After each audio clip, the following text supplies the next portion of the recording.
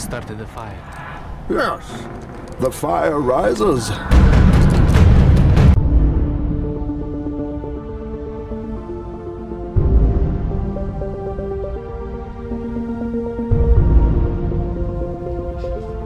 come you don't want me, man?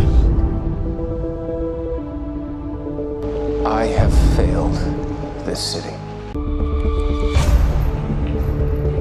Today we face the monsters that are at our door and bring the fight to them.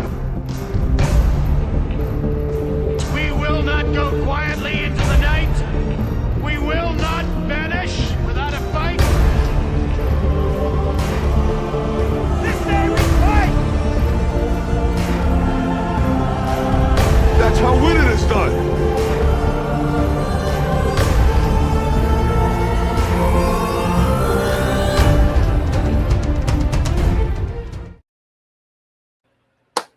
Hello, everybody. I am Nick Phoenix, and welcome to the Friday Night Frenzy, where Wonder Bad is canon, and the topics, they're more like a set of guidelines than actual rules. But joining me on this crusade is, I guess Jason's dead. I'm talking with his ghost now. I was wondering when you were going to see that.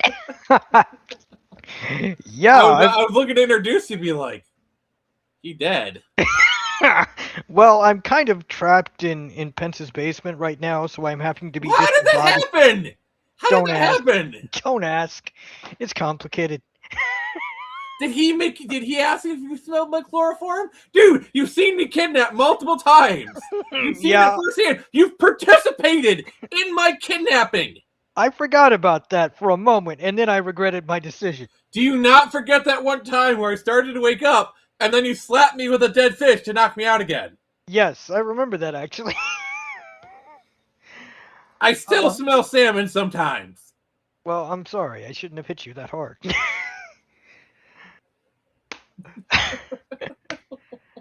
Oh.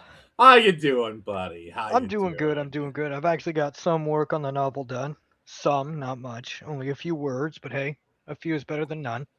I didn't know Pence was giving you writing utensils in his basement. Sadly, it is an inkwell, a quill, and what is this? Lennon? I don't know. Wait, you have John Lennon in the basement with you too? No. It's a piece of cloth or something. Linen. You said Lenin, as in like John Lennon or the Oh, I get it now. You know.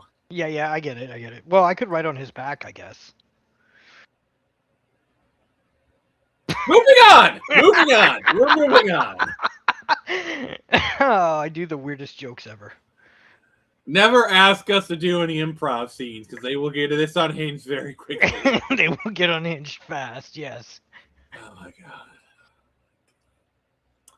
So how are you really doing, please? I'm doing okay. I'm going to be picking up...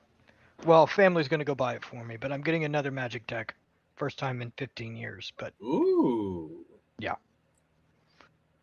It's going to be a commander deck that I have Who's no idea what... Commander? Yeah. It's one of the new ones. Oh, it's the white-blue. That is the... Blue is the asshole color. White is an asshole color. Blue and white is the ultimate asshole. You are the ultimate asshole. You're not wrong. I actually had what my friends called the metric F-ton of death deck. It was white-blue with artifacts. One thing I love about Magic is each color has like its own personality and the types of players that play them. Mm-hmm. Just for the record, I usually play red-green. Not a bad combo. But I like red. I like to burn. Oh yeah. I have my own. I had my own red decks. One guy quickly learned why you do not mess with the F-ton of death deck because he attacked me, and then I gained 70 life in one turn. Yeah, I have a mono red modern deck. I've showed it on stream a couple times. It's called Burn, Burn, Burn Some More. Yeah, I like that. I like that title. Basically, it's like this dream deck I've had since like middle school. where all it does is burn, and all the cards support the burn. So there are no attacking creatures. There are creatures, but they're either walls or they have effects, kind of thing. Mhm. And it's like I have cards like Artillery Size that literally let me fling my creatures, kind of thing. I burn there's a this couple of- creature. I throw this creature at you to deal 8 damage. Why? Because. Why? Because F you, that's why. There you go. That's even better. Oh gosh. But yeah, so enough of that. Let's get in some headlines, shall we? Yes, absolutely. All right. Human sacrifice, dogs and cats living together, mass hysteria.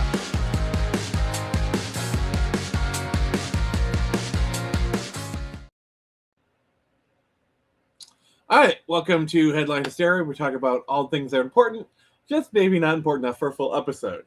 And at the top of this segment, I would like to play a very important teaser.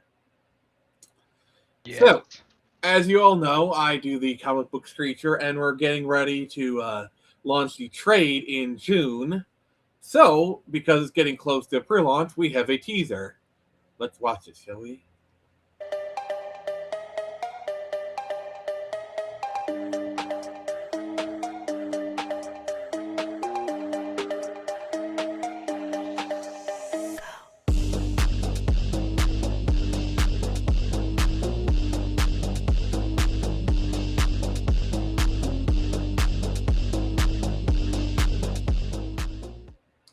So, sign up start May 1st. The book itself launches June 5th. That's going to be pretty cool. And some stuff is about to really start rolling here. I got 2 different things due April 20th. The first pass, the penciling for the cover, as well as a much better edited trailer being done once again by Lost Lenore. Oh man, I'm so excited. I am so excited. Also, and I think this will be important for a lot of you guys, the Screecher memes are going to be returning on May 1st. Good. I started that just, it is weird how Screecher memes have kind of become a thing in and of themselves for a lot of this. It's kind of funny. Yeah, it's a good thing. But yeah, so let's kind of get started with some of our headlines. So it's been a bit of an eventful week, I would say. So we got CinemaCon, all the news with that, which we'll get into in a moment. But kind of something I wanted to talk about here is SNK unveils new Neo Geo console called AES Plus. So, Jason, do you remember the Neo Geo? Very vaguely. I've heard about it, but I never saw it personally. For those who don't know, Neo Geo is a retro hardware and software company. They did stuff like Metal Slug, King of Fighters, blah, blah, blah. They did have a console in the 90s that was like literally arcade quality, like the same exact stuff, but they're very expensive. They're kind of like a rich man system to collect for, and even now. So they're literally re-releasing the hardware, and as well as the games. The games are going to cost like $80, which is kind of what they did back in the day. Peggy 16. Let's see if this works.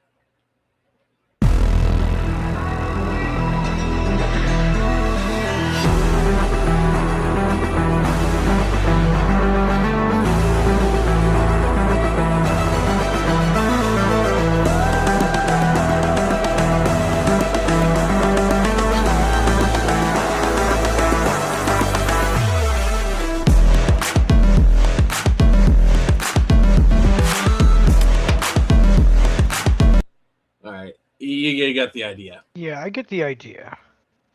I'm not going to say it looks bad, but I'm sorry, I got a PS5 and a computer.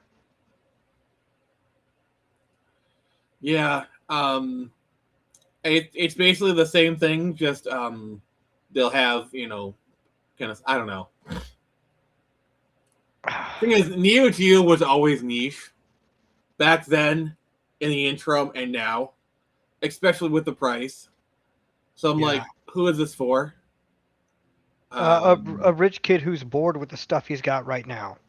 That's who it's for. I guess so. I mean, this does open the question, like, should other companies do this? Like Atari has done something similar with the 2600. You know, someone say, "Oh, they need to re-release the Jaguar." Not enough people cared about the Jaguar when it was new. I don't really see how many people would buy a fully replica version. Well, that begs the question: what about other consoles?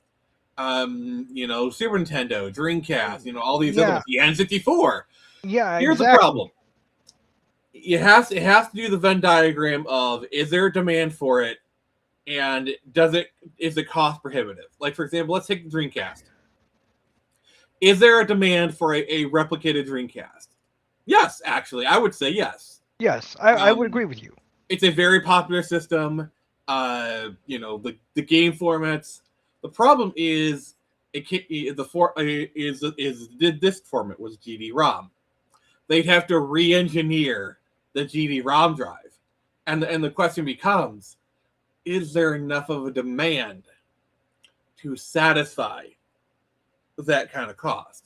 Now, the only other system that they could do this with is the Genesis, and I'm actually going to say there's less of a demand for a Genesis, mostly because we've kind of been getting cheap knockoffs of the Genesis. I can play Genesis carts for a long time.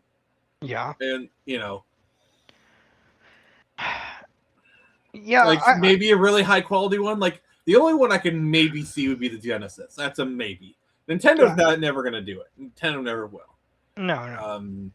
But the other thing is new games.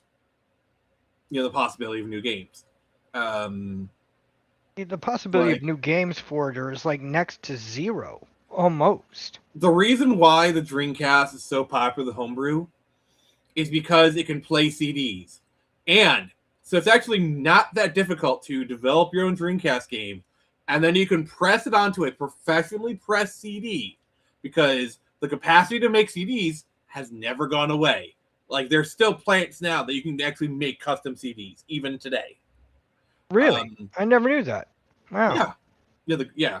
So, like, you could have a professionally made CD disc, and it looks amazing, and you can just plop it in there and play it. Huh. Yeah. I'm sorry, but I'm shocked. I thought that was gone. Wow. You can still make your own CDs. You're giving me ideas, Nick. That's bad. Huh.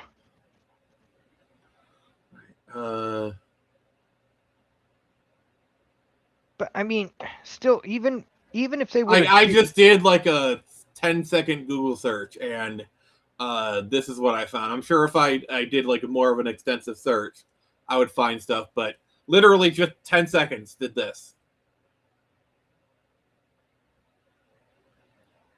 Oh my gosh. Freaking Yeah, they can manufacture CDs, DVDs, Blu-rays, vinyl. Well, vinyl I understand, because vinyl's been back for about 10 years, so like they've been spinning up more capacity for vinyl. Yeah, vinyls can actually be done. You can put more on it, technically. But yeah, like, it's not like, look at the cost. Even the cost is not like $1.50 per unit. $1.50 per unit. What? Back in the day, it used to be more than that. Wow. So yeah, but yeah, it's doable. It's very doable. So that's one of the reasons why, you know. Yeah. Why somebody might want to make the system and create their own game and put it on there. Well, the thing is, Dreamcast kind of goes through like an ebb and flow. It'll go through like bursts of activity, and then kind of lull. Like we're kind of in a burst of activity for Dreamcast homebrew right now. I don't know if you've kind of been following some of the stuff. No, I never knew this. They ported GTA 3. I mean, I think you were even there when I interviewed that guy. So. Oh, you're right. I was. Okay. Yes. here are independent Dreamcast games, some indie ones you can buy. You can literally buy these. Wow. So there is still a demand for it. Yeah. Okay. You can literally buy some Porta Postal. The original one, anyway. But, like, Yeah. some of these are ports of games. Some of them are original. But yeah, Huh. look how cool this is. Yeah. But yeah, I think Dreamcast has the demand, but cost would kind of be the prohibitive factor here. Yeah, it would. So I mean, I hope the Neo Geo AES does well. Yeah. We shall see. Hopefully, it kind of inspires other companies. But really, it's like, other than Sega and Nintendo, what other companies could do this? Atari? I mean, Atari is still putting out. what systems could they re-release? 7800, nobody wants that. 5200, nobody wants that. Lynx, 3 people maybe want that. The Jaguar, I'm sure there's a small contingent of that.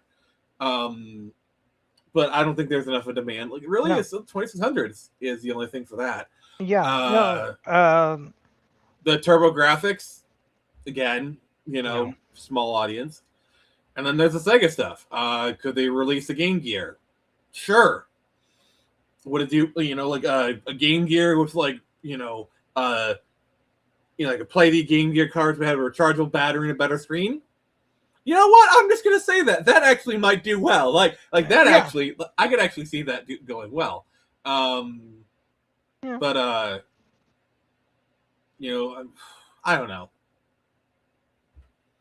I don't know. I would have said no, but I don't know. There's some weird people out there today. I mean, I don't know. I could see Sega re-releasing the Game Gear and play cartridges. Because Sega's a little more open to that kind of stuff. Anything Nintendo is just not going to happen. No. They tried to re-release the NES, and that didn't go well. Oh, you mean that did very well? What the heck are you talking about, bro? Okay, then I got misinformation. All right. Yeah, you're talking bad. about the mini consoles. That's kind of a different. Like, we're talking Okay. about like a 1-1 recreation of the console that can play the original cards. So, like, we're talking. That's a different thing. Okay. That being said, Nintendo could release an N64 mini and it would do gangbusters. All right. But we will talk about that later here in the Yeah, show. we'll talk about that later. Because the N64 has a lot of the games I remember. You've got a few of them in the background, but yeah, the 64 had some memorable games for sure. Mm-hmm.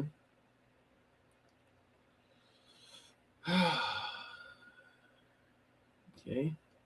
All right. Oh god. So the problem is with having like, oh, we're gonna do a stream where we have the news article up because I'm a filthy ad block user. They're like, please let us take your data. Please, pretty please let us harvest your data and sell it to people. Yeah, like that. If they sent you Laura Croft, would you give them your data?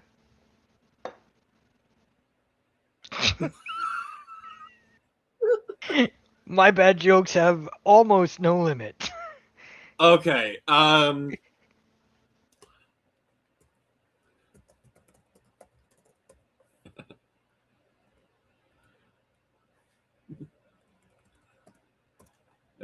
sorry. Oh, don't be. I'm the horrible monster here. No. Your comment kind of reminded me of this clip. Oh, really? I can't believe how much I hate everything. Hi, Dan. I just moved in next door. I'm a supermodel. I don't care who the IRS sends, I am not paying taxes. Sorry, I'm sorry. When you that when was you a said good when you clip. said that, I was reminded of that. Yeah, no, you're good. You're good. Oh my god. See, Jason, you gotta remember this, but I used to be on StreamYard, and they used to allow like you have like a whole boatload of clips, Yeah. kind of thing. And so like I'd be like dropping stuff like mad, but Restream, they only allow you a certain allotment, so I only have like a few. Yeah. Oh gosh, I miss it sometimes. I miss it. Yeah. But StreamYard got way too expensive, so yeah. No, well, I mean, I'm very wary of, hey, we're going to provide you with this thing, and oh yeah, our price is very high. Why do you think I got rid of Grammarly? Yeah, yep. All right, so first headline of the business, we are going to be talking about. I guess a Top Gun 3 is coming back, which I think we all kind of saw that coming after how well Maverick did. Yeah, it's coming back, but I'm both happy and wary at the same time. You know? I wonder if the plot's going to be like, oh, so drone warfare. By the way, I totally ripped this off something I saw on Twitter. Just full disclosure. Yeah. This joke is not my own. I'm ripping this joke off. I'm just being honest. Oh, they're going to replace it with drones, and Maverick has the last class, but then like the drones don't do as well, so you have to prove like human instinct. Oh wait, that's just a plot of Stealth. Indeed. Stealth is a movie from 2005 or something. Yeah. I I've seen it. It's hearing actually not bad. I remember hearing about it, but I don't think I've ever seen it. It's one of those movies that like the first half is one movie and the second half is like a totally different movie kind of thing. It's really weird. For example, have you seen Click? I vaguely remember seeing it, but That's a movie with Adam Sandler where he gets like a remote that can control reality. okay, yes, that I have seen. It starts out like funny hijinks, haha, and like the second half, he's just like time forwarding through his life, and it's like an existential crisis. And oh, by the way, the Christopher Walken character is the Angel of Death. That pops out of nowhere. It's like I'm the Angel of Death. Yeah, let's throw the curveball right at you for no reason. Okay. I forgot that part. Wow. And Samwise Gamgee is in it as well for reasons. For reasons. For reasons, Samwise Gamgee's there to give you wisdom. Oh, if you want to really mess your head up, watch 50 First Dates. He's like some weird jock fitness bro guy in like 2004, but he's got a lisp. It's he does the part well. Gonna give him credit, but it's really funny. Okay. I'll have to take a look at that later. After 50 First Dates, I feel like is the last Adam Sandler movie because like Adam, he had like this run from like the late 90s to the early to mid 2000s. Where he's like making a string of like really great movies like Billy Madison, Happy Gilmore, Big Daddy, all those kind of films. Yeah, all those movies. Yeah, I remember them. Like they all kind of had their own feel to them. I say 50 First Dates is like the last of that run. And I haven't seen any of his movies since, to be honest. Not the Netflix movies, none of them. I feel bad. I would recommend Click, actually. I think it's a good movie. I'll take a look at it. I mean, it has Kate Beckinsale in it, so You sold me.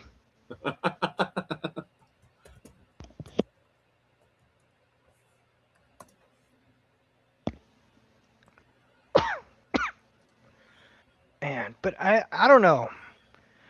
I'm just glad they're doing Top Gun 3, but I don't know. Where can you take this character? Honestly. Are we going to do the plot of 2 and 3 or 1 and 2 all over again?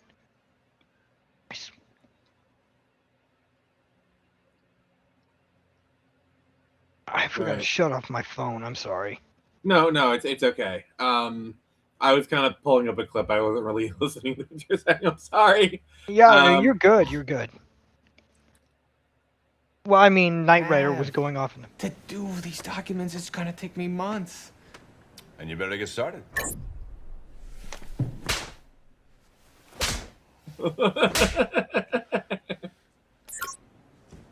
Wow, I just got a big headache. Okay, I have to see that movie now.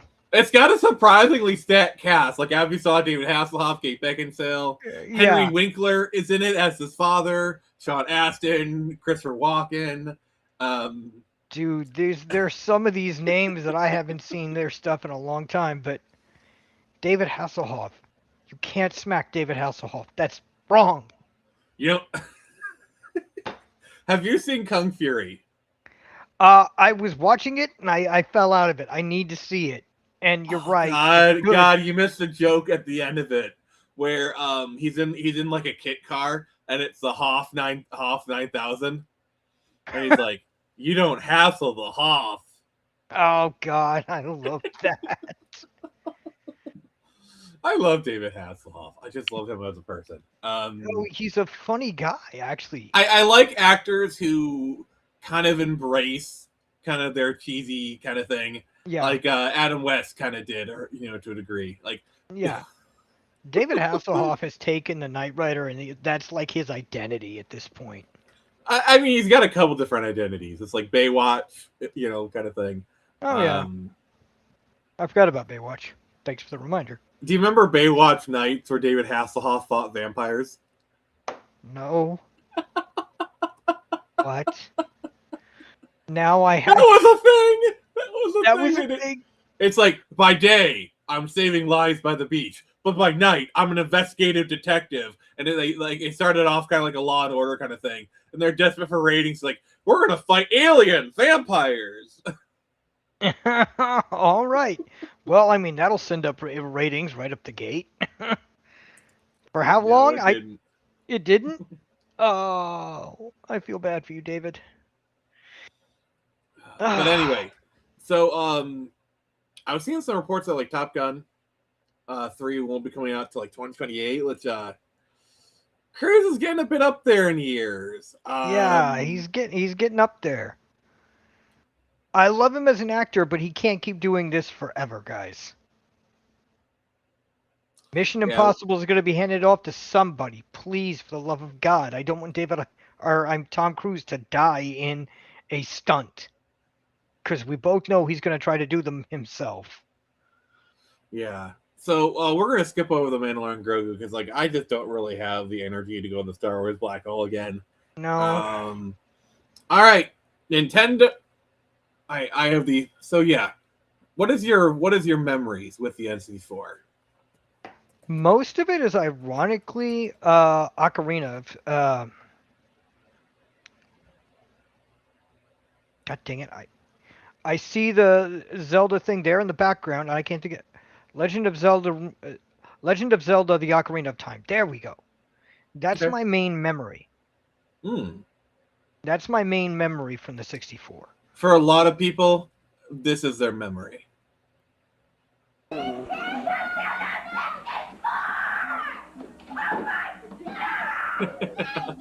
Sorry, I had to play that clip.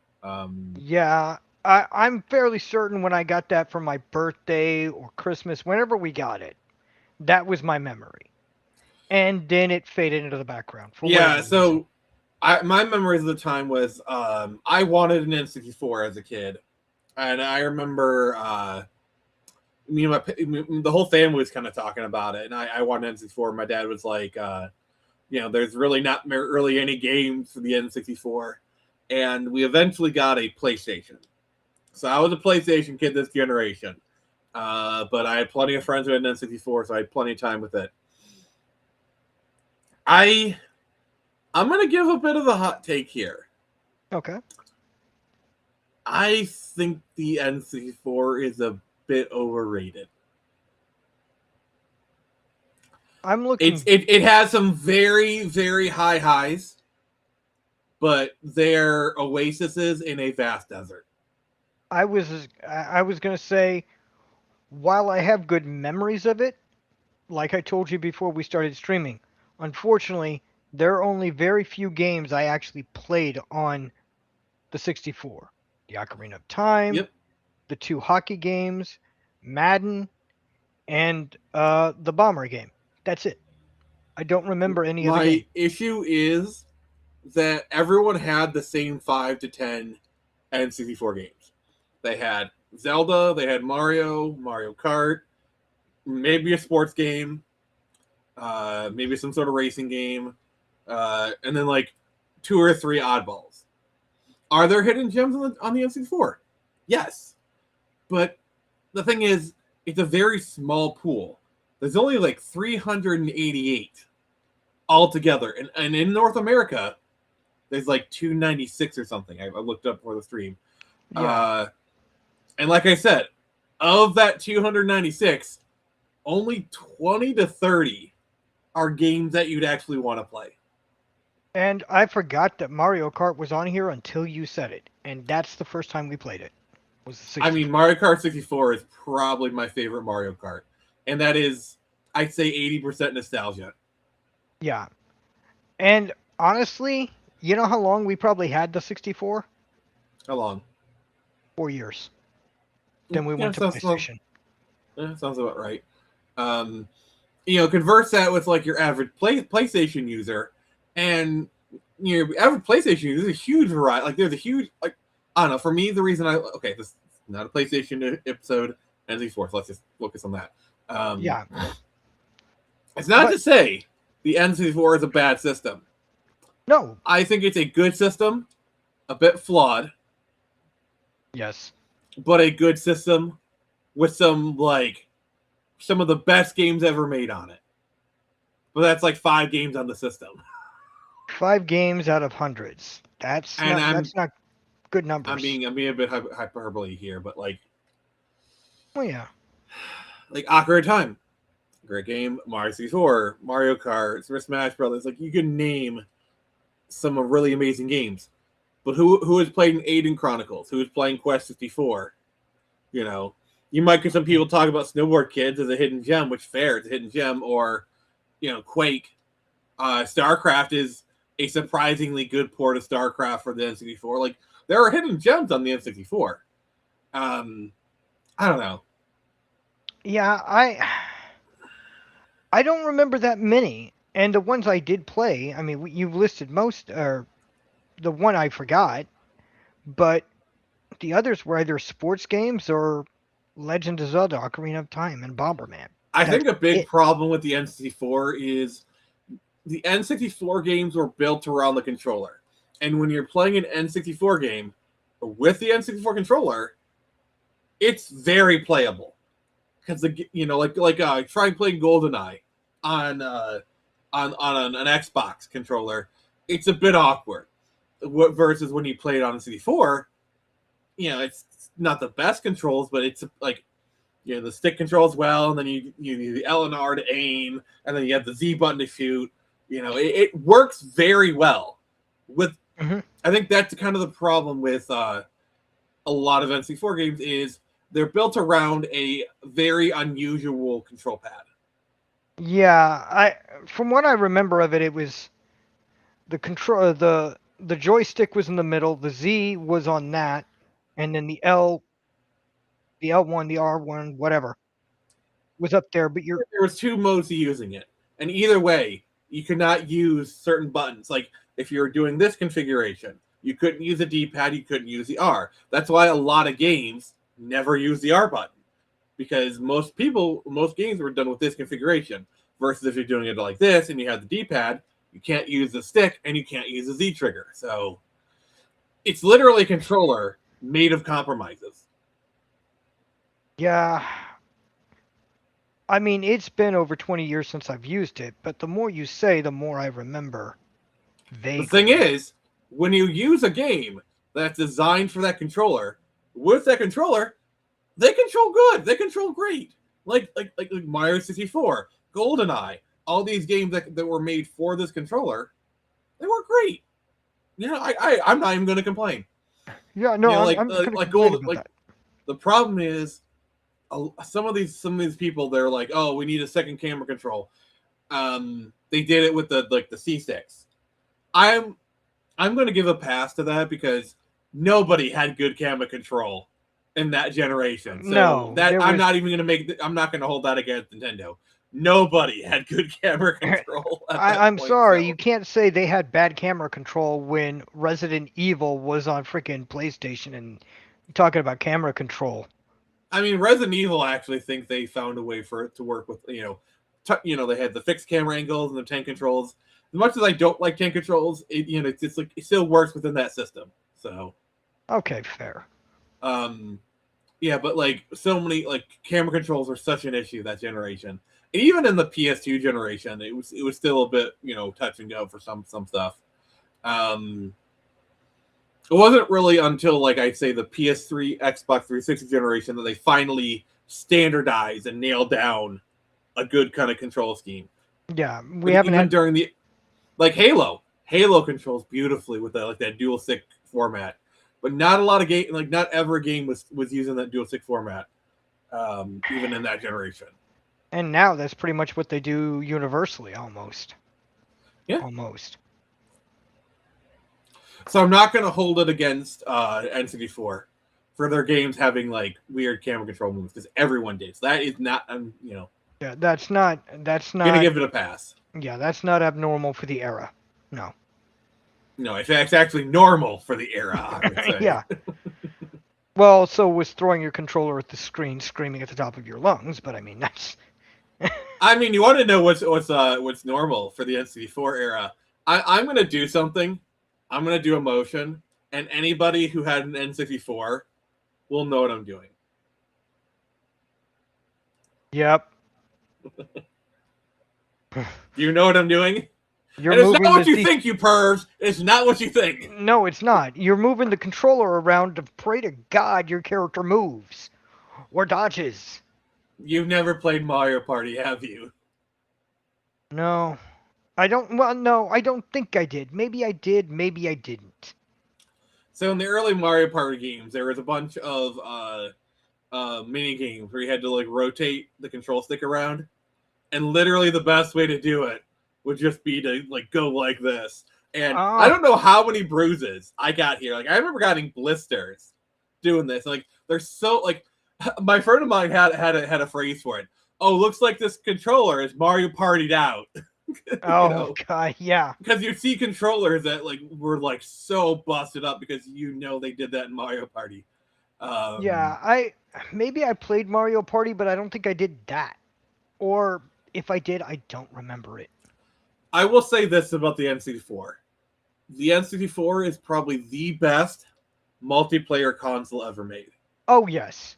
Oh, absolutely. The 4 controller ports. If there's one thing the N64 excels at, is the vast variety of multiplayer games. You got Smash Bros. You got racing games, Mario Party, Mario Kart. Like there's so many. GoldenEye. GoldenEye. Oh my God, yes. And we got our first comment here. The hell you been mine for 45 minutes and no one's here, not even a single comment. I don't know. Yeah.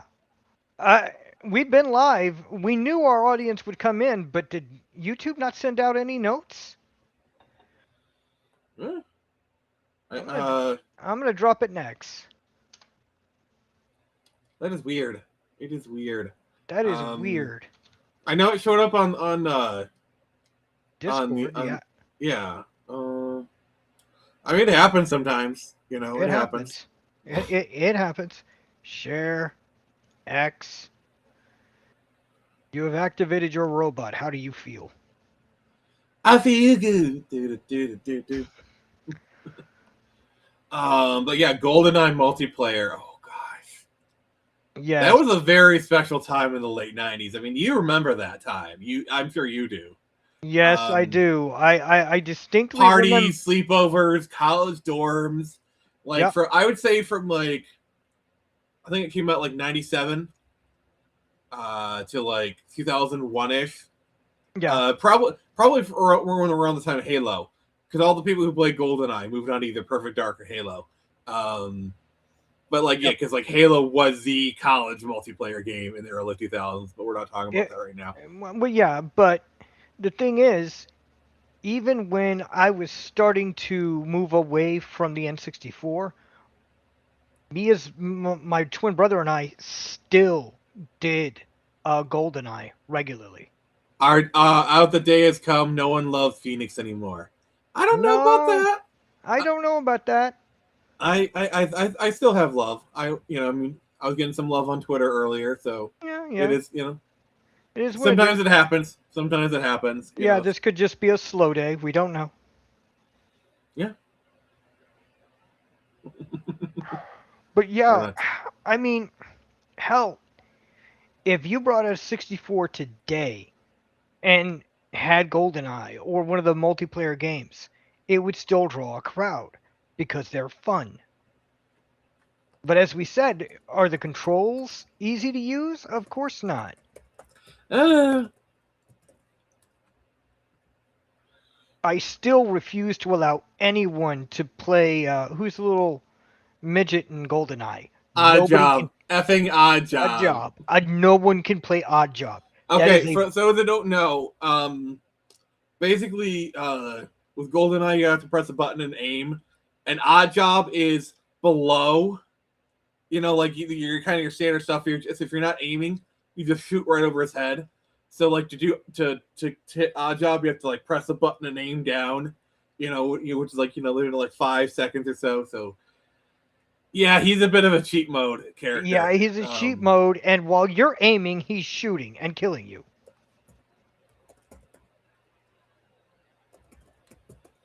Yeah. Unless you have slappers only. Oh yeah. Here's what I want them to do: release new games for old consoles. That would be nice. Oh. Hey, Nathaniel, how you doing, buddy? Hey, Nathaniel. Oh man.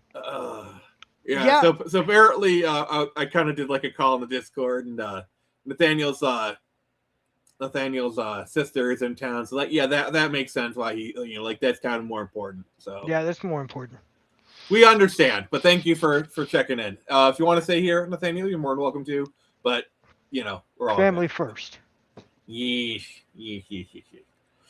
But yeah, multiplayer was probably the biggest strength of the N64. Doing good. Worked my ass off today at work. Ugh. Oh, nice. Getting some exercise. Yeah. We love you, Hooded Raven. We love Yep. you. Thanks for that, Hooded Raven. Discord doesn't send out alerts like they should, or if they do, they're alerting you on everything, and you just like, fuck all. Yeah, it's fine. I mean, the Friday streams are kind of my lowest rated. I only really keep them going just because I love doing these streams. But we'll see. We'll see. Yeah, Odd Job was a cheat character. Paintball mode on GoldenEye. Dude.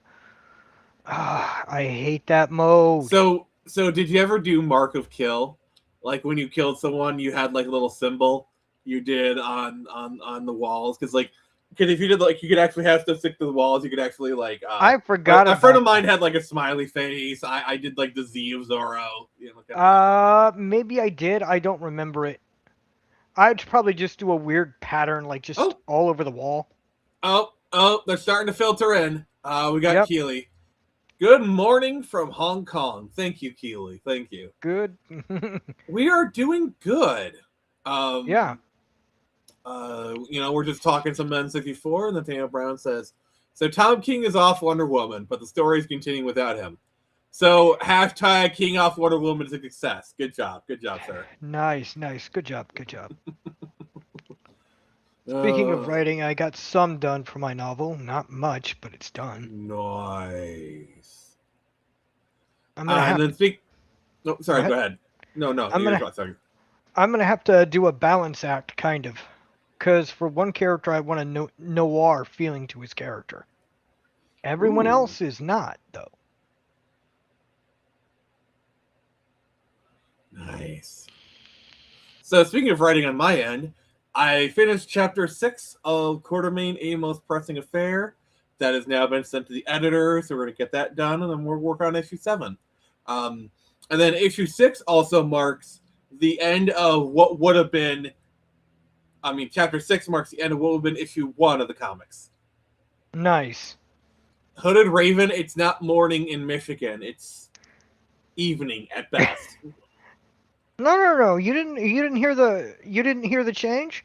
They've switched around the meanings. Now, evening is morning and morning is evening. No.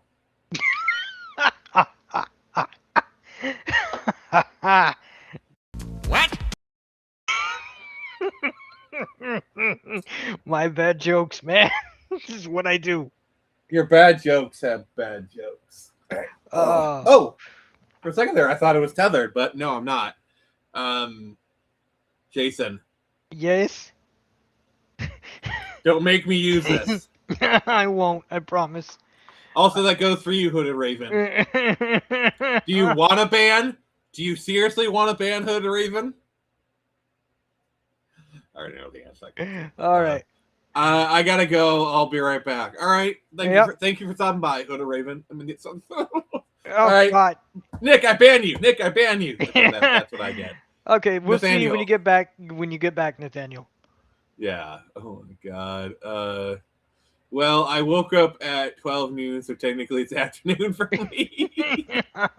Nice. It's brunch time. No, it's morphin time. It is always morphin time, Oh, friend. Know the God, difference. yes. Oh, yeah. I mean, of all these games you have in the background, I haven't played 98% of them, I'm sure. That's most people. That would, And the thing is, like, there are some like real stinkers on the N64, but there's stinkers on every console. So Yeah, I mean, yeah. like there's a Xena game that's really bad. Beast Wars. A Xena game? Like the Amazon Xena TV show. What? I'm scared. As a Xena teenager. Warrior Princess: A Talisman of Fate.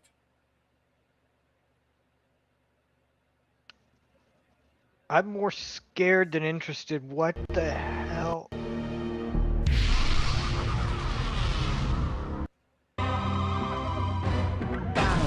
Fight.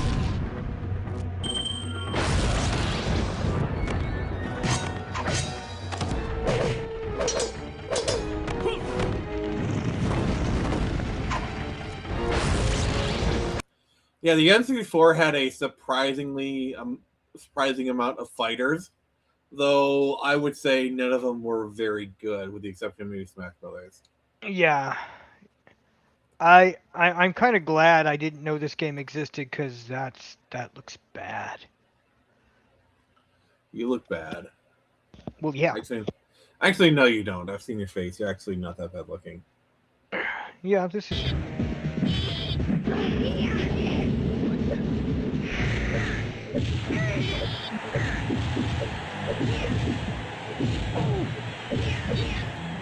I played this game. It wasn't terrible. Oh, Glover. God, that game. I hated that game. I'm kind of glad I didn't know about the name based on, or the game based on the name. Wow. On a scale of bad, with 10 being the worst, where does it sit? Oh my God, Glover! They're doing. They're bringing back Glover. How desperate are they? Very. Nintendo is desperate, man. It's not Nintendo. It's like whoever holds the rights, I guess.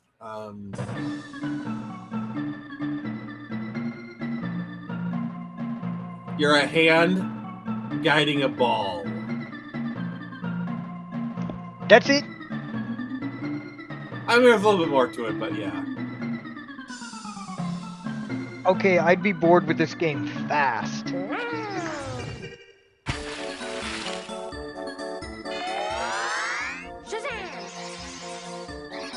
So yeah, you can like turn the ball into different things. But yeah, it's not that good. Can I turn it into the delete button? I would say the genres that are most represented on the N64 are racing games. Had a bunch of racing games, fighters, and shooters. Yeah, I would agree with that.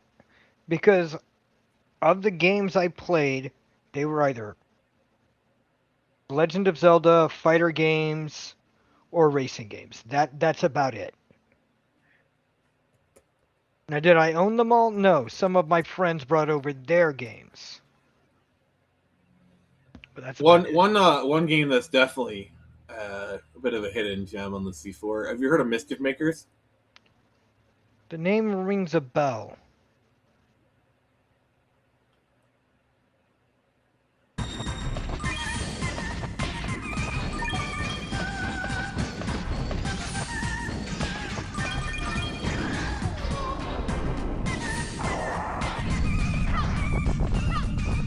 This is a pretty interesting 2.5D platformer.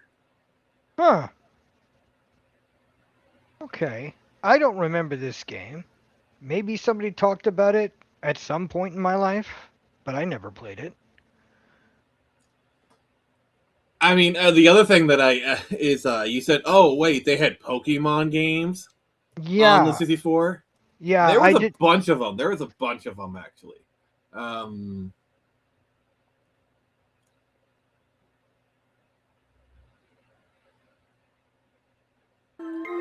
Like this is Pokemon Snap.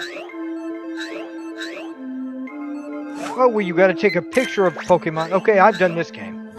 I forgot about it. And then obviously they had Pokemon Stadium 1 and 2. And then That there one was I- Hey You Pikachu, where you could actually talk to Pikachu. I heard about that game, but I never played it. I played Snap, and then I guess sold the cartridge, or whatever. It didn't stay in my home that long. Uh-oh. Pikachu! Let's play! Pikachu! Dance! I can't take it anymore. Reel it in! He talks to Pikachu, Pikachu listens. Pikachu, come here! I thought I was man's best friend. Great job! Meanwhile, I'm getting fat. I walk myself. Where's the love? Hey You Pikachu, rated E for everyone. Good for you, bad for pets. Okay. Oh, I bet. So, as a bit of an aside, they had a similar game on the Dreamcast. Really? I don't know whether to be scared or terrified. You should be scared. You should be scared.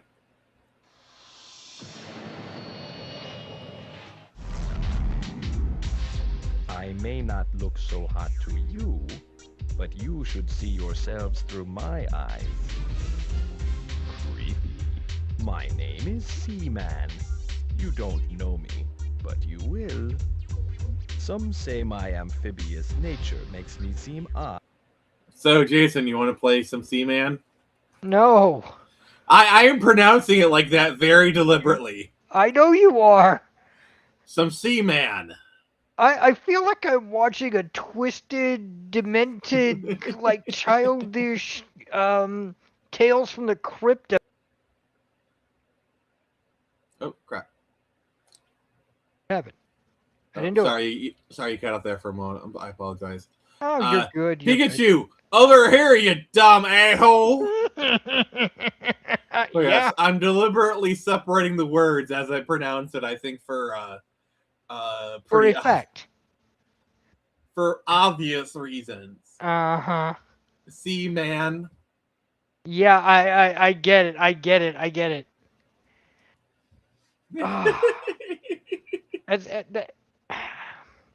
That's right in there. That's one of those Navy terms that's just right edging like edging. All right, Jason Ingram, I hit you with the horny hammer. Bonk, ow, bonk, ow, bonk. ow, ow. Anyway, it's one of those names that go along with titles that you're just like, really? Did you have to go there? Or like when you notice when you notice like certain towns have weird names. Yes. Yep. Like for example, I once dated a girl from Climax, Michigan. We had a blast. Did you hear my e-cig just drop? I did. Who names these things? Hey Nick, how often were you come when you play? A submarine. A submarine. Yes. But is it a yellow submarine? I hate that song so much. Why do you hate it? It's a great song.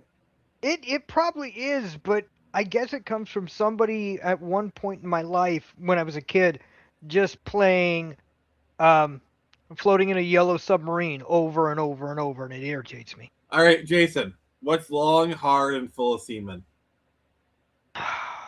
The longboat. A submarine.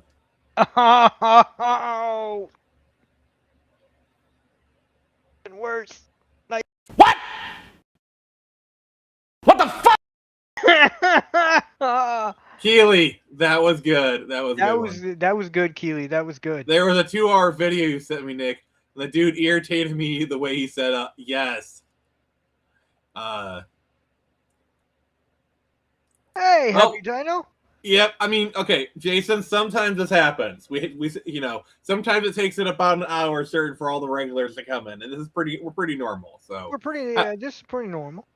Happy day to you, Happy Dino. It's good to see you, buddy. Yeah, it's good to see you.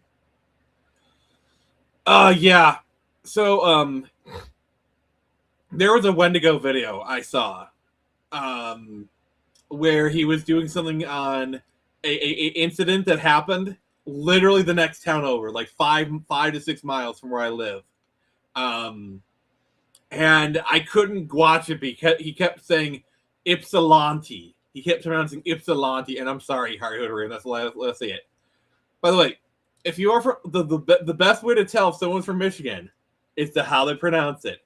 It's pronounced Ypsilanti, like land party, or we just call it Ipsy. So it's Ypsilanti. Yes, like land. Okay, Ypsilanti. All right, that I can easily do. Sorry, I'm late. I mowed the lawn a bit ago, and I was tired as hell. Yeah, I mean, sometimes we need a nap, so it's all understandable. Take naps when you need them. To be honest, I'm just glad you guys showed up at all. Absolutely. I don't care that you're late. I care that you're here at all. That's what matters to me. So exactly. Like even if it's like 2.5 hours into this, 2.5 hours into 3 hour stream, when everyone shows up in the last half hour, you guys still showed up. So exactly. I'm just happy. Yeah, and if you could make sure to give us a like for the N64. What are some of your guys' favorite N64 games? Please tell us in the chat. And if any games you want us to highlight, that would really appreciate that. Yeah. Granted, like I told Nick, you can see most of the games I played on here for the most part. I played Madden, the 2 hockey games that are listed, Ocarina of Time, Bomberman, and Mario Kart. That's about it. Yeah, I love me some Mario Kart 64. I mean, I see it whenever we do like the emulator streams. I'm always going back to that game. Yeah, no, that was the one that I had the most fun in, to be honest. It is the most simple of the Mario Kart games, but still, you have a lot of fun. I would argue that Super Mario Kart is simpler, but it's whatever. Yeah, it to each their own. Mm-hmm. One thing I always loved is you do that raceway thing. You could like take a shortcut and like go to the courtyard of Peach's castle. I always thought that was cool. Oh, that's fun. Yeah, that's fun. And there were times where I forgot about that little shortcut. I'm not gonna lie. Our Star Wars Pod Racer and Mario Party 2. Yes, for Pod Racer. That's another thing.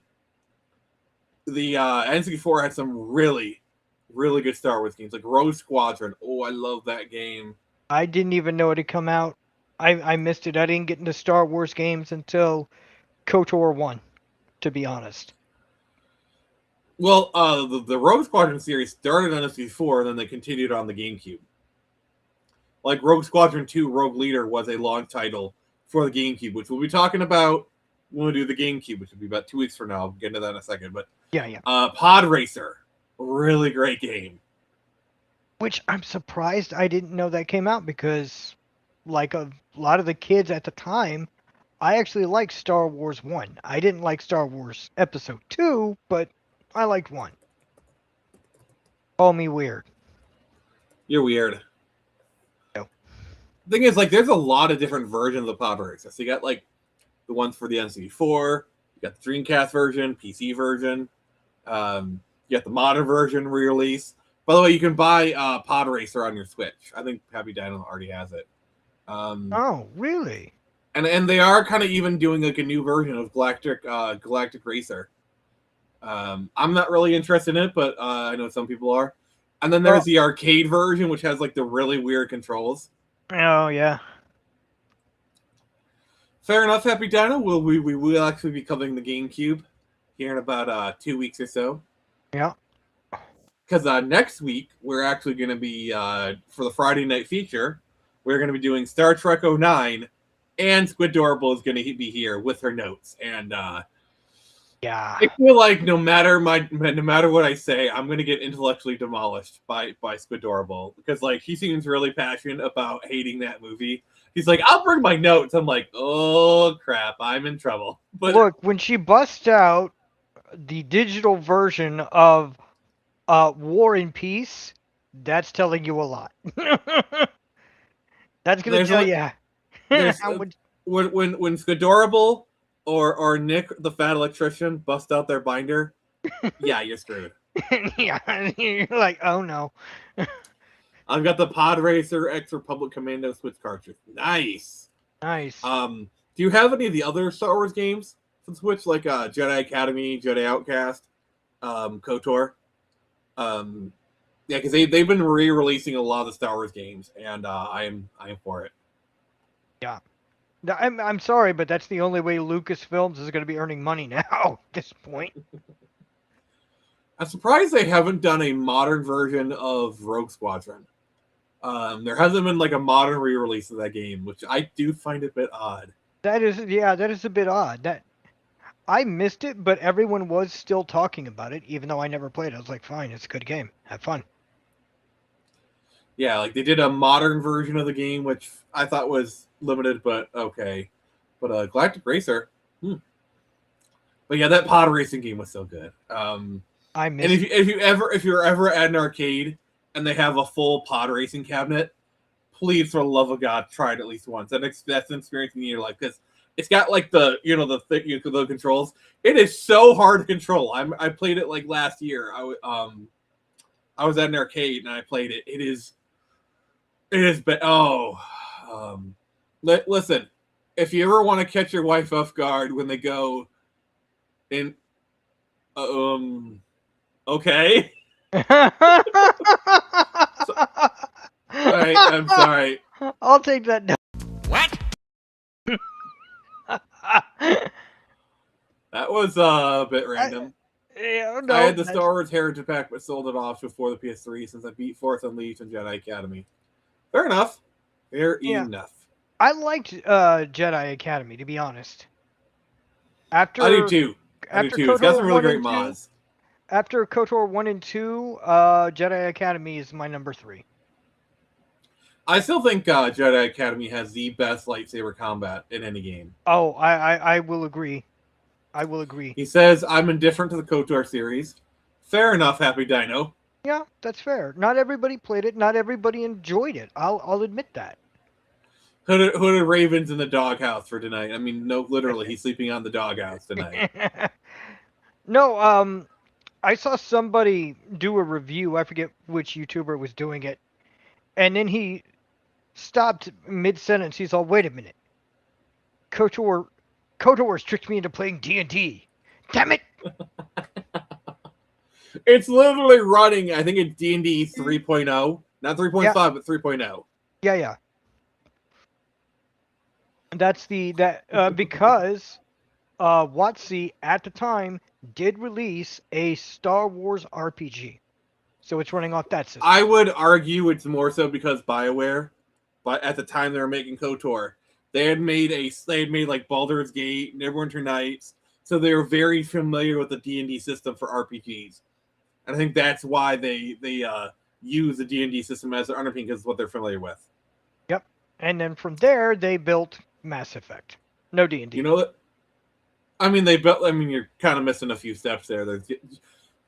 I still think Jade Empire is like the missing link between KOTOR and Mass Effect. I will concede that. I have never played Jet Empire. I could easily get it. I haven't yet, but I will.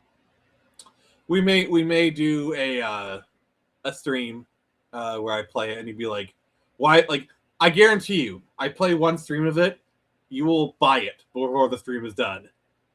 Probably. There's a fun game that has lightsabers in it called Goat Simulator 3. What? I love BioWare. I'm going to play Dragon Age this weekend. Nice. Good. Which, by the way, after we finish KOTOR 2, we're doing Dragon Age Origins.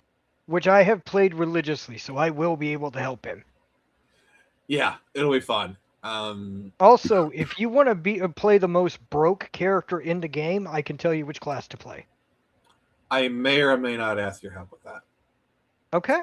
And by may or may not, I probably will. Yeah, I mean, if you want the most broke character in the game, I can guide you, for sure. And it's a character you wouldn't suspect to be the most broken, oddly enough. Is it the one without any legs? No, it's the one that doesn't. Because people without legs, or with like bad legs, they're pretty broken. Well, yeah, they're pretty broken. Oddly enough, it's somebody who only uses one.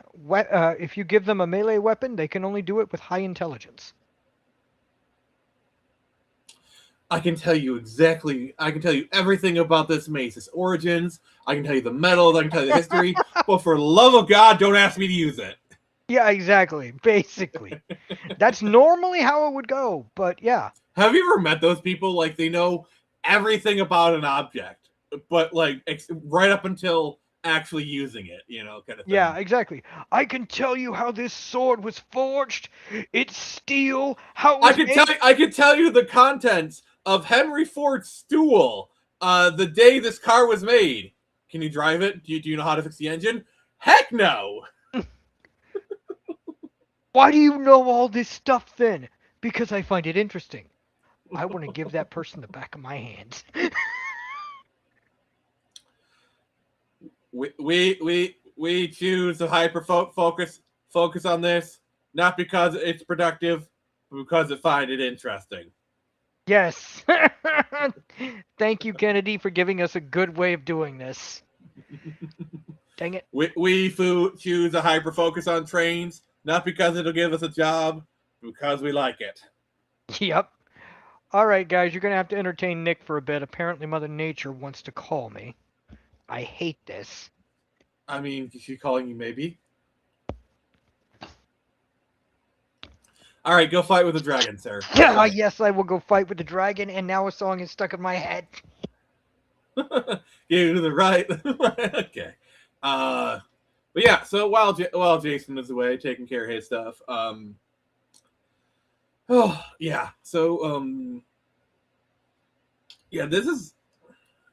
would say this is probably the last generation where each console had like their own kind of distinct flavor to it. Like, you could look at something and be like, oh, that's an N64 game, or that's a PlayStation game, that's a Saturn game, kind of thing. Because by the time you got to like the GameCube, PS2, Xbox, you're starting to get some can't speak today. Some sameness. Let's just go with that. Okay, whatever. Let's see here. Maybe that's why I remember when World Wars are so if I get stuck back in time, I can place a bet down and win a lot of money. What the heck are you talking about? Like, I am so... What? What the fuck? I am so confused. But yeah, like for example, you would never see a game like Final Fantasy VII on the N64. Yeah, like Tomb Raider. I mean, I know there's a homebrew port kind of thing going on, and I think that's pretty cool.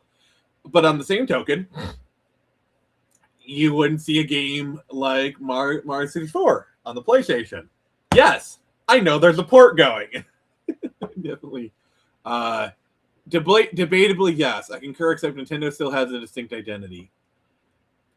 Yes, but also kind of no. Yes, this Nintendo, like their Nintendo games do have a kind of a distinctive identity. They're also, you know, but I don't know.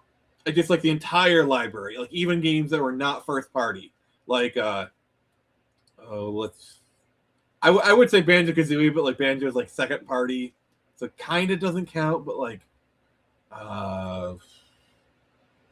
and GoldenEye is rare again, but like, you know what I mean. There's a lot of games for that system that you wouldn't really see much where else, and conversely on the PlayStation, a lot of that I do find it interesting. Like, one of the things I always found interesting was the thing I like about homebrew people is they show what a console can really do, because a lot of games are constrained by hardware space, time, and skill restraints. Like you see what some people have done with the Atari 2600, doing a full port of Donkey Kong on the Atari, or some of the ports of the Game Boy Advance or the Genesis, Super Nintendo. Like heck, I was talking earlier. There's a Mario Kart 64. Mario 64. There's work on a Mario 64 PS1 port. Does it look like ass? It looks like complete ass, but the fact that it's running is kind of crazy.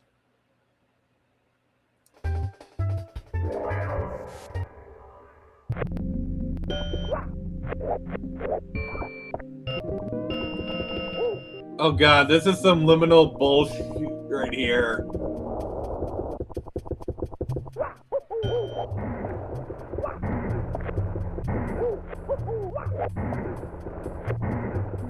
So yeah, this looks terrible, but the fact that it's running. It's one of those things, like, I love those things where it's like, if you could show this, I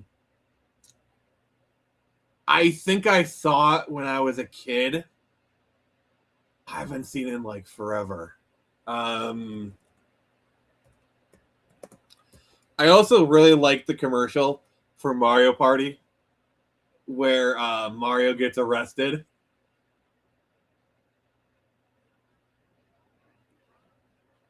I give up.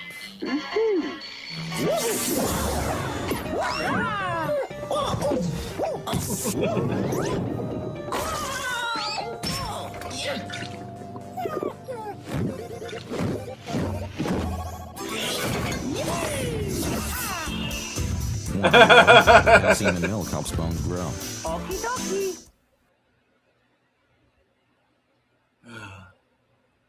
But yeah, the commercials during this period were really unhinged.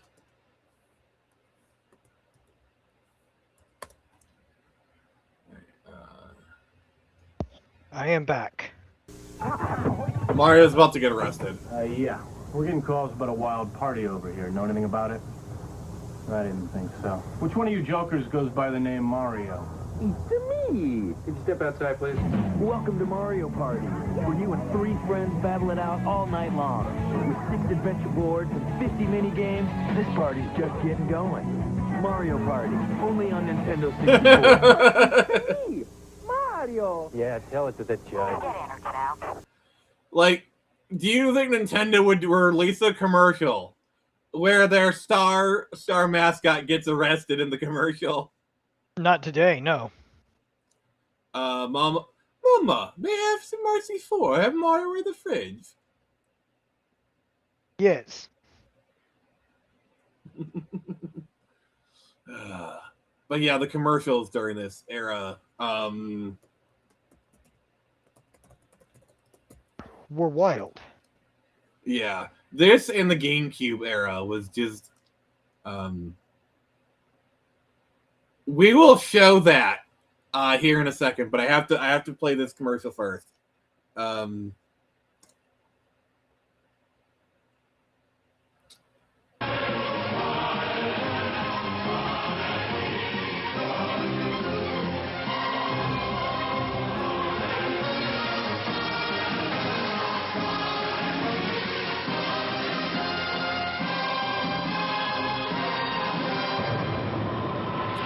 Get the girl. Or play like one. No, oh, okay, I'm sorry. I have to do this in the proper voice. Guess who's back? Back again. Tell a friend. Guess who's back? Guess who's back? And we have Vandross. Hey, Vandross. How you doing, buddy? So Jason, have you heard the meme Luigi wins doing absolutely nothing? No, but I feel bad for not knowing.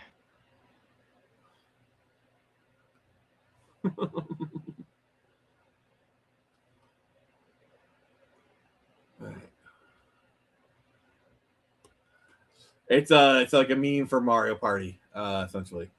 Okay. Yeah, Happy Dino. The Zelda one is, I love it.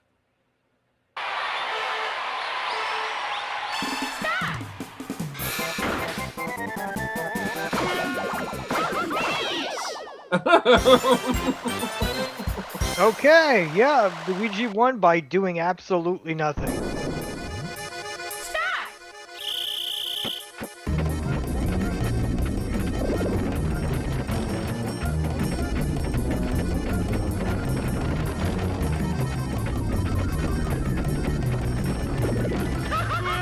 What?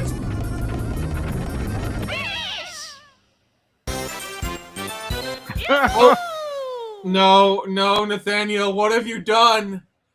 What have you done? Does he know what he has done? No, not really. So, just to give everyone some context, let me just check the back end of this. We're at $98 for the fundraiser for the One Chip Challenge. Nathaniel Brown just gifted a $5 membership, which means even with the $30 cut, it's funded now. Mother! Oh gosh.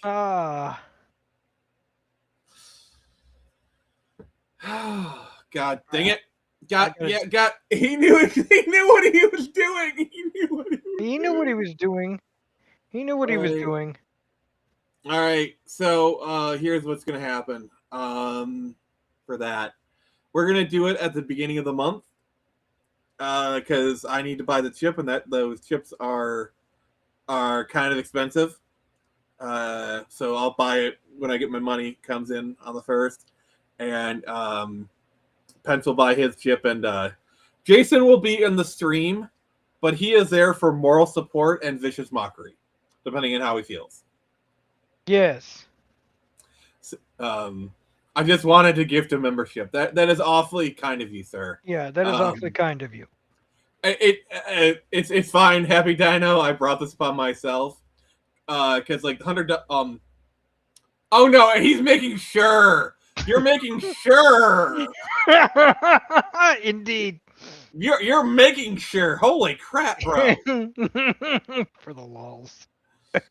It's like no, Nick can't be like, oh, it's $999.98. He's like 2 cents short. No, Nick's not getting out of it. I'm gonna make damn sure.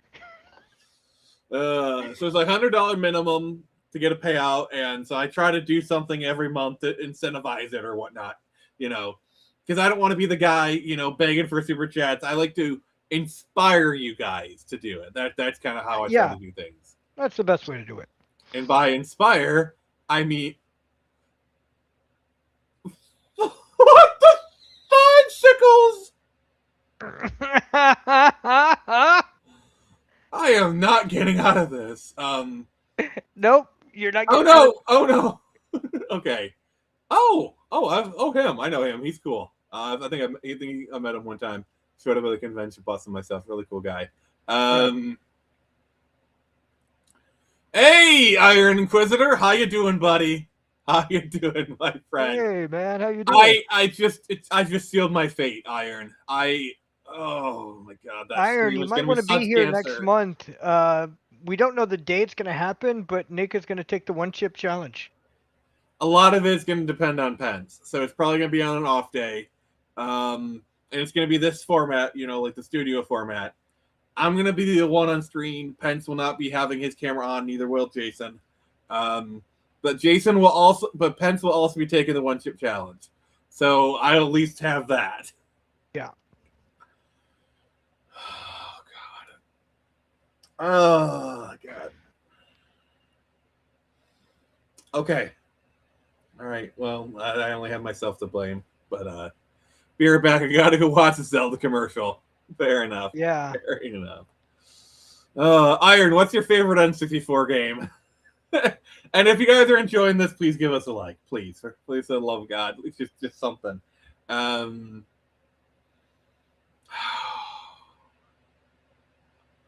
kind of curious now, actually. All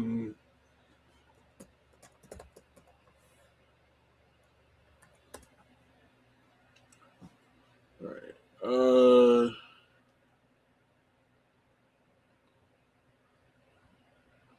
I'm actually looking it up right now. The chip you're going to be getting that replace the one chip challenge. Yeah. 2024 edition.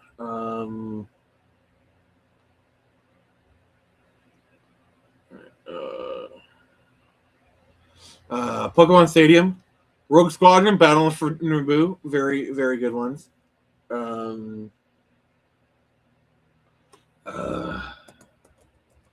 Pokemon Coliseum, that is actually a GameCube game. Doom 64, oh God, I love that. I forgot that existed. Yes, I've played that actually. That may have been the last game I got on the 64. Doom 64 is really, really good because it's kind of its own thing. All right, guys.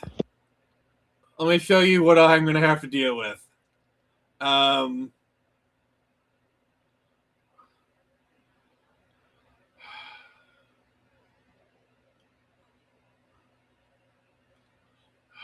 we got this.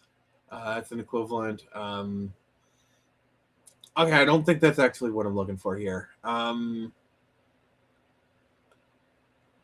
Well, you guys did tell me that the one chip challenge itself was discontinued because of an accident. All right, sorry, I got to reload the page real quick. I'll be right back. It's good to have you back, Happy Dino. All right, I'll be right back. Okay. So you guys have just me. Don't worry, I won't conquer the world yet. Nick's back. Dang it! Sorry, your reign of terror was surprisingly short-lived. Yes, very short-lived. Yeah, I'm getting like this thing where it says something went wrong. Try reloading the page. I'm like, what's going on? GoldenEye, yes. We talked about that earlier, but yeah, I guess we can dedicate a bit to it because the gameplay itself wasn't, or the storyline, it wasn't bad, but what everybody loved was the PvP of that game. Yeah. But oh yeah, the so many back alleys. Oh gosh, GoldenEye multiplayer. It's yeah. So here is one of them, I think. But yeah, so I'll find like an equivalent of it because they did stop doing it, but I will find an equivalent. So that much I promise. But we want Jason to conquer the world. He's old and wise like an owl. That's well, one of those is true. One of them. Yeah. Which one it is, I'll let you guys decide. Yeah, exactly. Ocarina of Time, Banjo-Kazooie. Yes, definitely. Cruisin' USA. Yeah. Mario, I think it's Mickey Speedway. Yeah. One. A lot of really good racing games.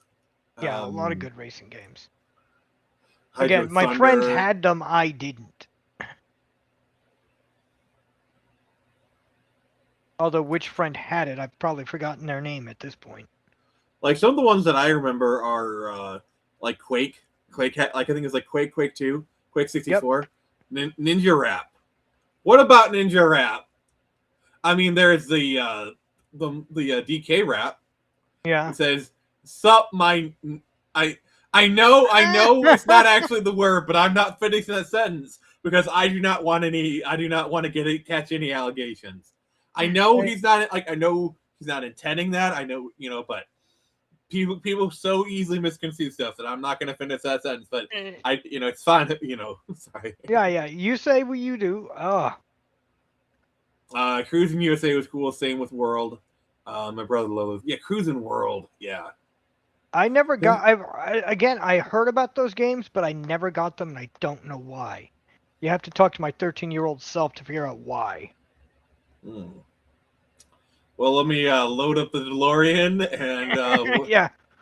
By the way, I will bring this back, and I will smack your 13-year-old brother. I'll smack him around a little bit. Oh yeah. Okay. Good. It's folk, so it's not going to hurt him. So. Yeah. No, but that would also explain the reason he was confused that one day. Ninja, please give us another teacher game. Teacher game? I think I know what he's talking about, but I'm not going to say more than that. Say more. I desire answers. I don't think the Spider-Man game came out for N64 with like PlayStation and Dreamcast. Maybe. You're gonna have to look that up. No, the teacher game I'm thinking about came from. What's that? Oh, it did actually come out on the 64. Okay. All right. Okay. I was wrong. Grounds? It was the website. Yeah, a lot of people complain about the N64's blurry textures. They don't realize what games on PC look like if you had an expensive PC. I mean, their games are N64, but the best. Down closer. Yeah, that's the thing. The N64 actually could push some good pixels and polygons. Like hardware wise, the N64 is actually more powerful than the PlayStation. Especially when you install the expansion pack. So do you know what that expansion pack did for the N64? No. It gave it more RAM, 4 megabytes of RAM, and that was all it took to make games look a whole lot better. Huh. Yeah, autocorrect is the bane of our existence.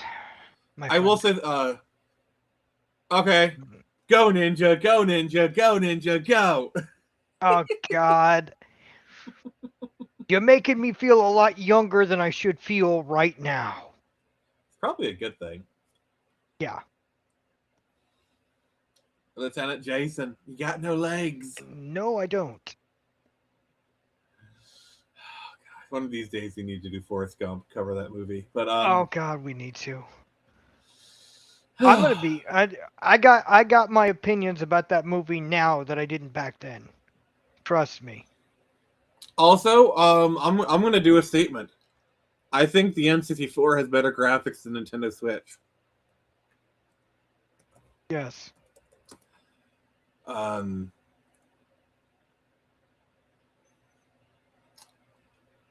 So I don't know if you guys get the joke I'm making. So when Sword and Shield came out, the tree textures were very, very bad. So bad they were worse than what you saw on Ocarina of Time. Really? Yeah. Yeah, let me just I got a nice little comparison picture to show you. I have such sights to show. The new Donkey Kong 64 expansion pack, I'll take 8 months to finish the game. Shell Shock. Turtle Power. Yep. Okay. So, on the left, we have a tree from Pokemon Sword and Shield for Nintendo Switch. a console that is probably 10 to 100 times more powerful than the N64. And on the right, we have Ocarina of Time. What the hell? It's a bit blurry, but you can see it. You can see it. You can tell the texture. It actually does look better. Right. What the hell?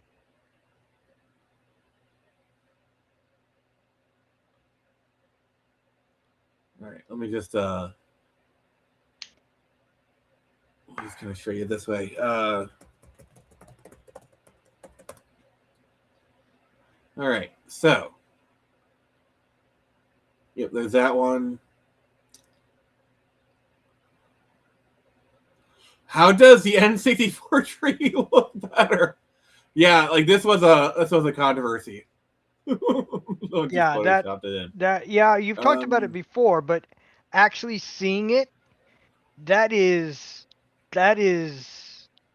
disturbing. Yeah, I remember I played I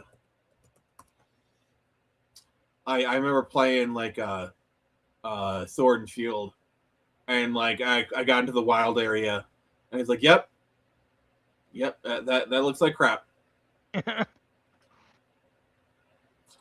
All the budget went into the Pokemon, and that's the other thing.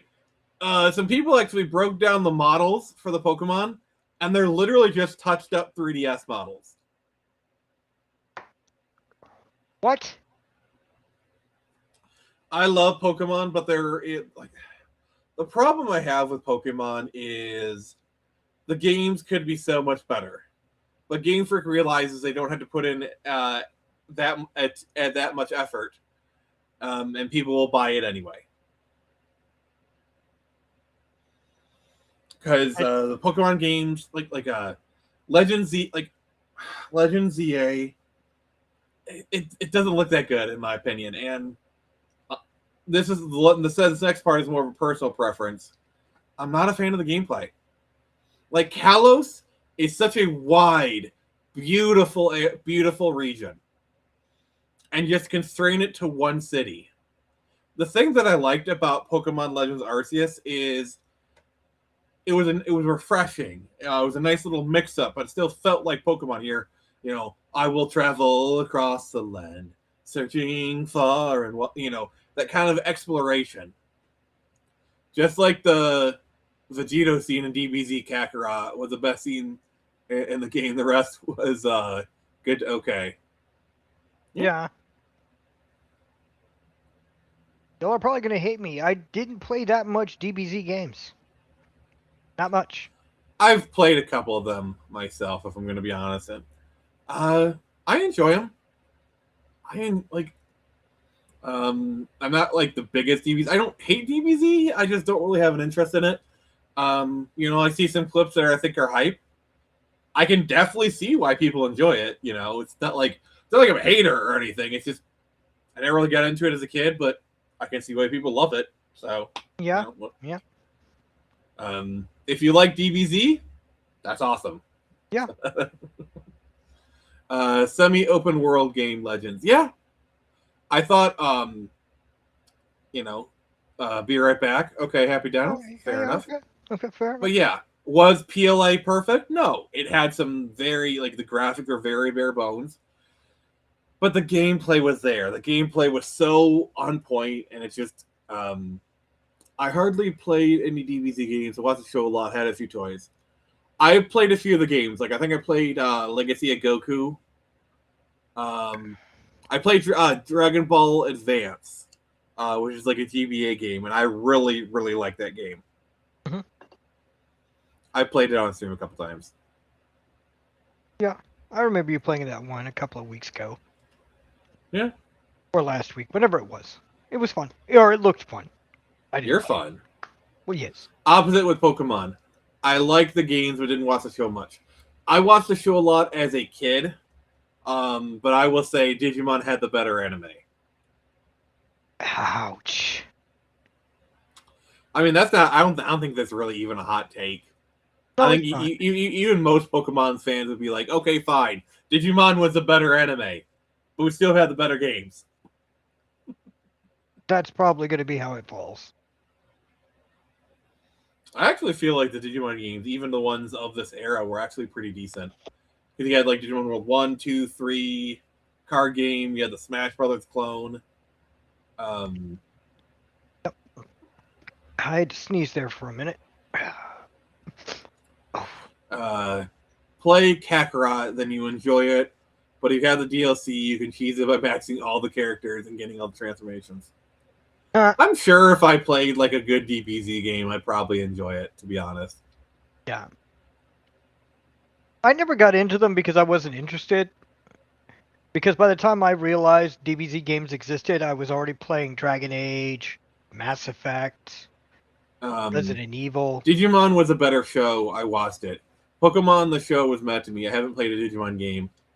Well, what blasphemy?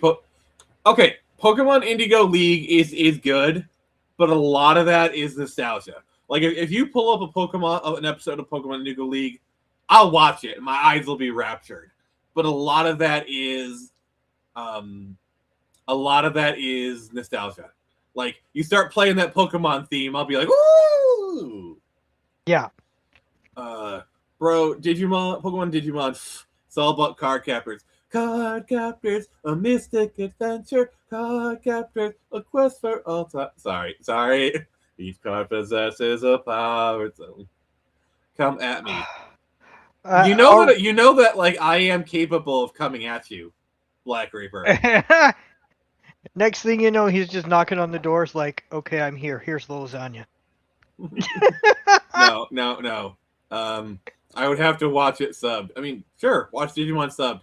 Though, I don't know, for me, it's like, I watch Digimon, Pokemon dubbed, because that's kind of like, it's Pokemon Indigo League especially, I have to watch it dubbed because that show is just nostalgia for me. That is like 80% of the appeal of that show. Whereas like Digimon also has nostalgia, but like I could probably watch it subbed. I'd have to watch it dubbed, unfortunately. For me, sub versus dub, it's whatever one I watch first. Like Dot Hack Sign, I can't watch it dubbed. I can't. Because I watched it subbed first. And same thing with like Gundam Wing. I have to watch this. I have to watch it subbed. Pokemon, I played the game. Digimon, I watched the most. Yu-Gi-Oh, I played the cards. Didn't care much about the show. Vandross, if you're gonna play Digimon games, I recommend Digimon Story Cyber Sleuth and Time Stranger. Cyber Sleuth will probably be cheaper, especially if you get it on sale. Time Stranger came out last year and is really good, and I'm sure Black Reaper kind of backed me up on this one. Nah, the dub sucks. That is your opinion, Black Reaper Kai, and you have every right to say it. Yep. For me, it has to be dub because I watch and read at the same time. Fair enough. Yeah, that's why I can't do sub. That's why I can't do sub. I'm also weird because I'm also attached to certain dubs. Like Neon Genesis Evangelion. I have to watch the ADV dub. I any other voice. If I try and watch any other version of Evangelion and it doesn't have those voices, I can't do it. And it's just that anime.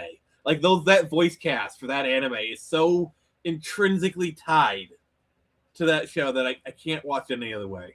You know which one's for me? Ghost in the Shell. Ghost in the Shell is one where I mainly watch it subbed, but I can watch it dubbed.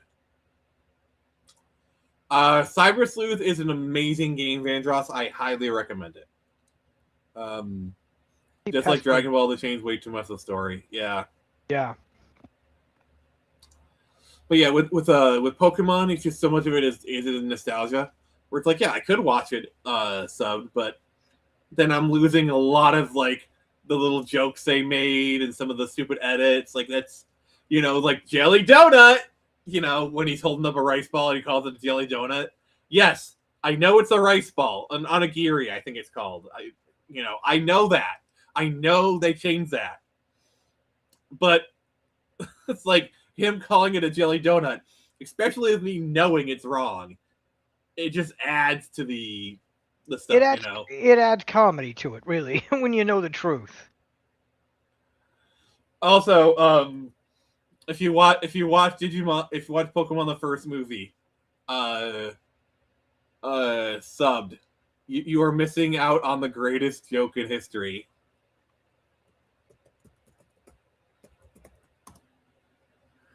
Like if like literally this is peak cinema right here. This joke is peak cinema. I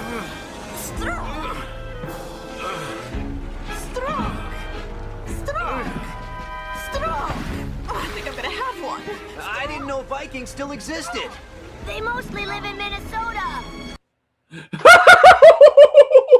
Really?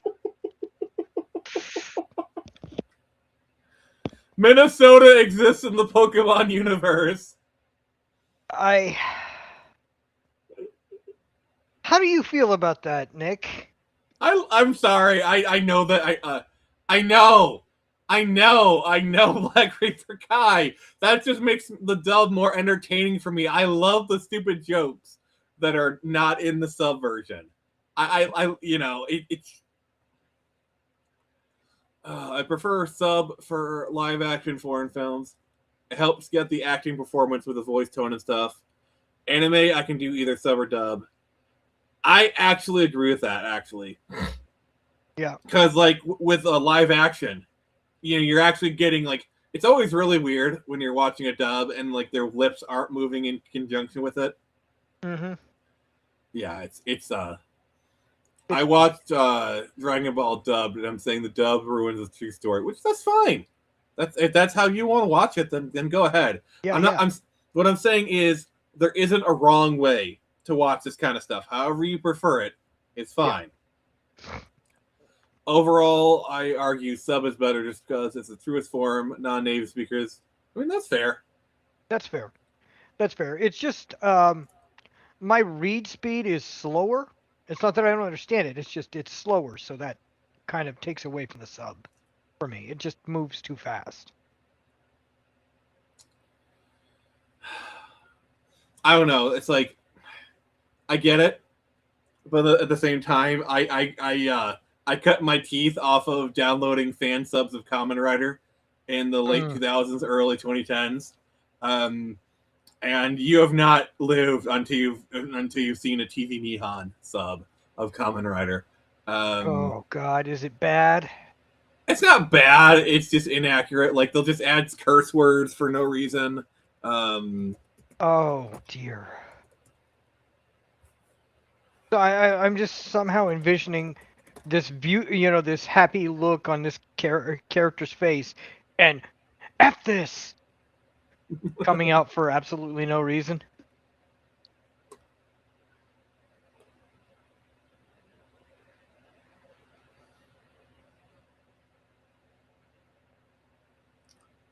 Right.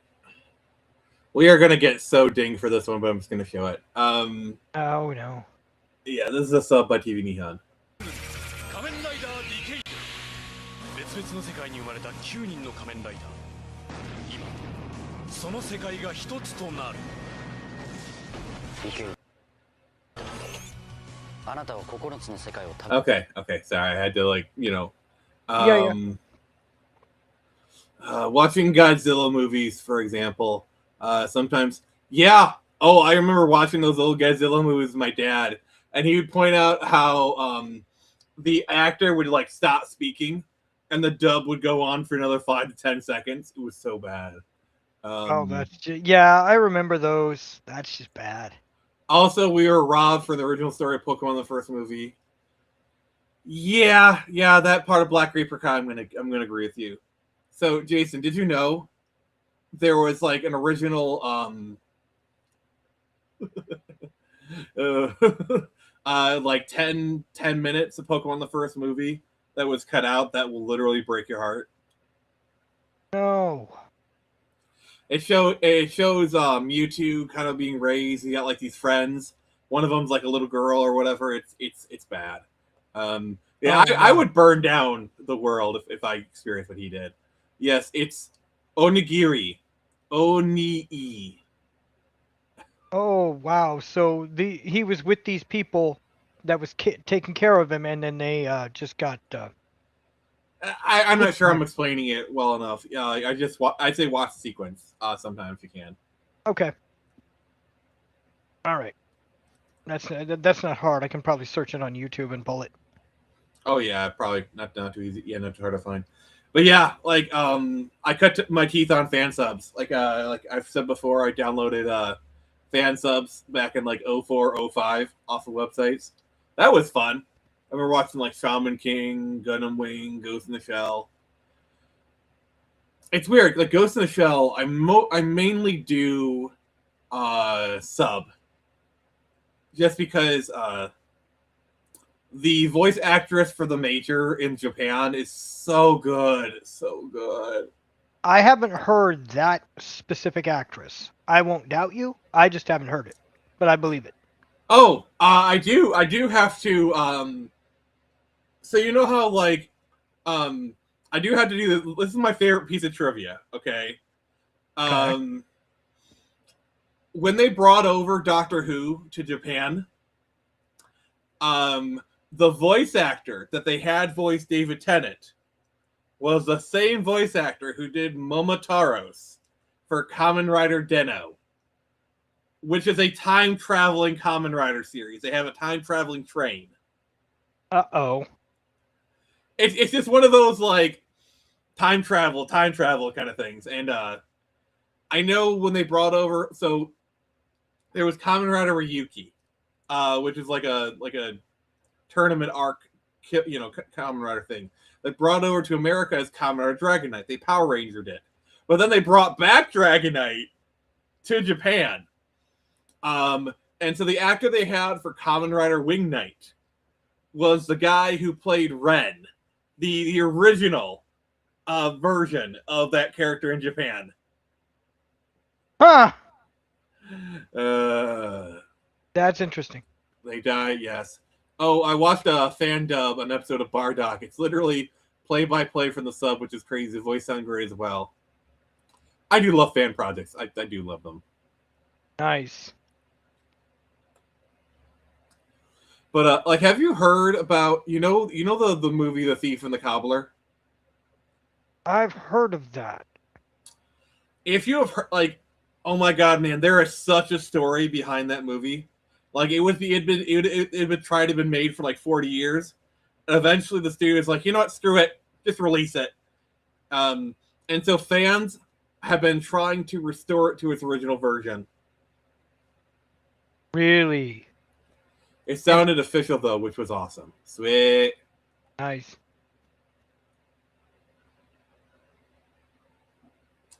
But yeah, I do love me some Kamen Rider. Kamen Rider, Super Sentai.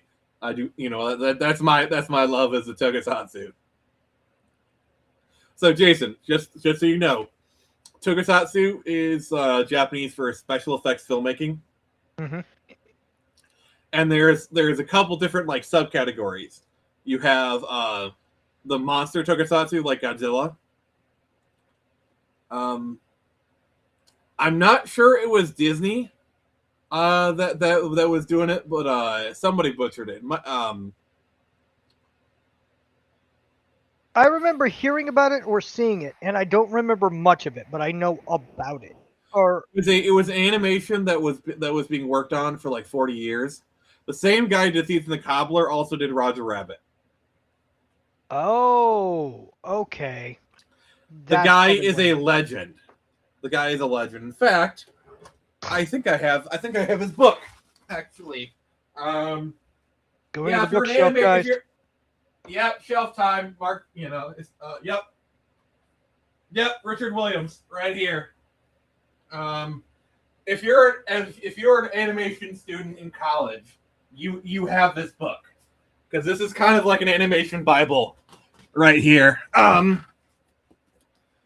Anybody who studied animation, they know this book. Huh. Interesting. Yeah, Richard Williams.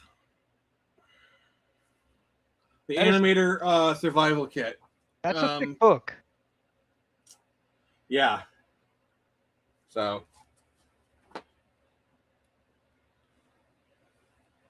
But yeah, so if you want to learn animation, this is probably one of the best books you can get. But anybody who studied animation probably has this book.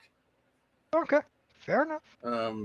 Which I actually did study animation in the mid-2010s. Didn't go very far, but I actually did pretty good. Yeah, because like in the mid-2010s, I was going to college. I was going to do game design. I remember I took Intro to Animation and Intermediate Animation. I actually did really well in those classes. I think I was eventually going to study like environmental art for video games. I'd actually been accepted to Eastern Michigan University. I attended like their orientation class. I ended up not going, and I kind of went on the comics route instead. Nice. Could have saved Dragon Age, man. You could have. How dare you? Dude, I remember a few years back, I actually kind of ran the numbers. Do you want to know how screwed I would have been? Very. So I would have been starting classes 2017-ish. Ooh. Granted, I already got my associate's degree, so I would already have two. So best case scenario, I graduate 2019. Best case scenario. Best case scenario. More than likely, my college career goes into COVID. And then once that happened, that extends it even more. So in reality, I would have been graduating 22, 23. I don't think 24, but 24 at the absolute latest. Okay. That's 2 to 3 years ago. But let's say 23. I think that's probably, that's knowing the industry of 23, I would have never gotten a job. Yeah, you would have never gotten a job. And it's only gotten worse since then. Yeah. I mean, I hate to use the So example. I'm just gonna say it. I dodged a bullet. You dodged a bullet because EA has been firing left, right, and center for not the just last EA, 3 years. but like lots of people. Oh yeah, that's the only one I know for certain. For certain, I know EA. Oh, can you tell I was an EA fan for years? I have done little animations. I study film and sometimes wish I'd studied animation. Someday I'd like to do animation, comic, or manga. You should. Yeah. Got my AA at the end of 2018, then took a break, but COVID happened. So I have an associate's degree. I got an associate's of arts. It's applied. It's like more of an artsy general studies degree. But here, let me show you some of the stuff I've done. Sure. So this is an animation I did. Not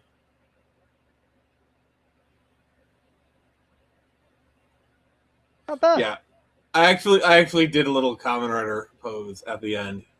Yeah, it's not bad animation. And then like these are my film art classes. I took some of those.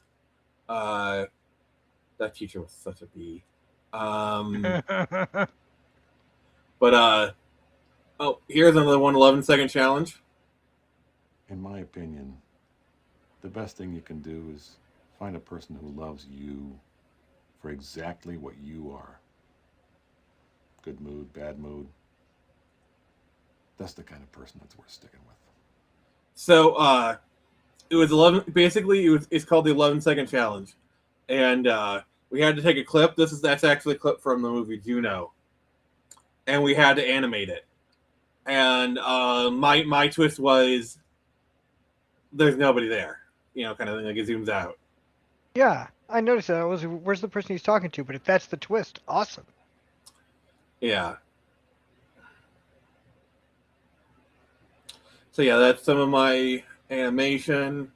Yeah, I have a lot of different talents, honestly. Have you discovered cold fusion? Working on it. I am working on it. But yeah, that's a pitch I had to do. For like an AI short. Oh, that is vintage. That's like, you want to see Nick for? Do you guys want to see me from 2006? Sure. Like still in high school, Nick.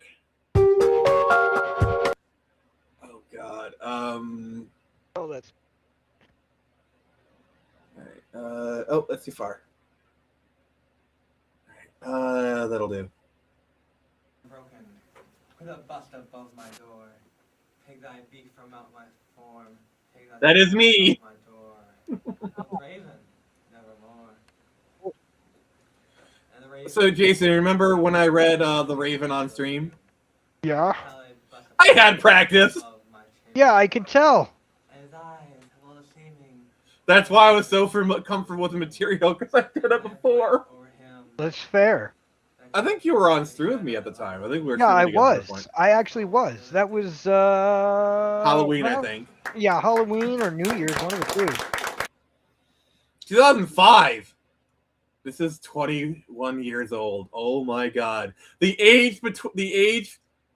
time between now, if the time between now and this performance was a person, they'd be able to drink. Just let that sink in. Yeah, yeah. Also, just because I can get away with it now. Yep, you can get away with it.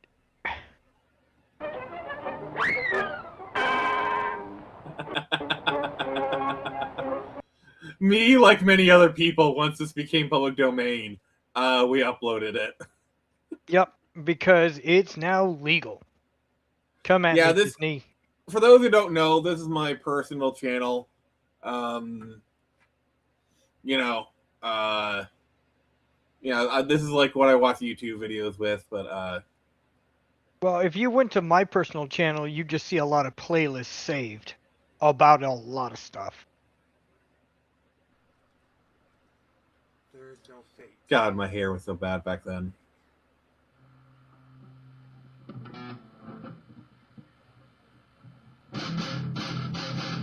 Yes, that is Fiona. You know. Yeah, she's sitting right there in the background right now, actually. Yep.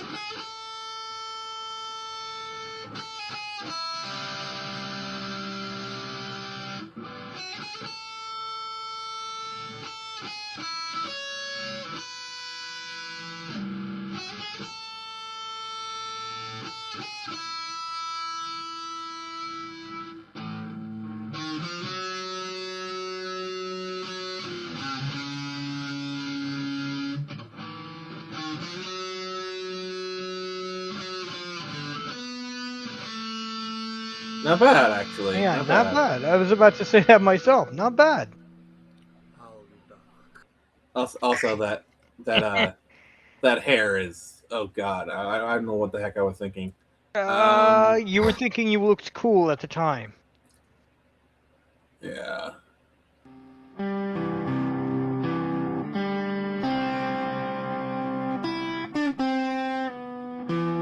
I still have this guitar.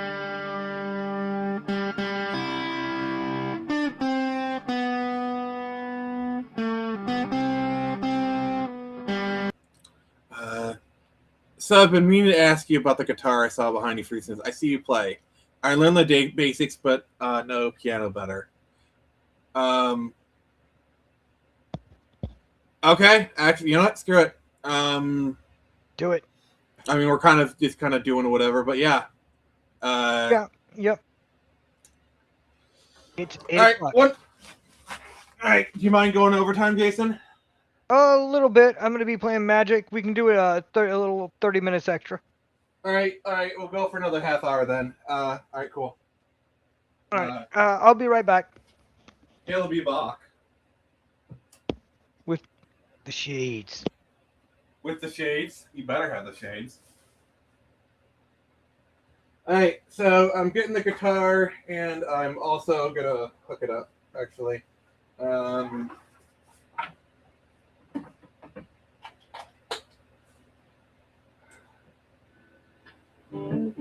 right, there we go.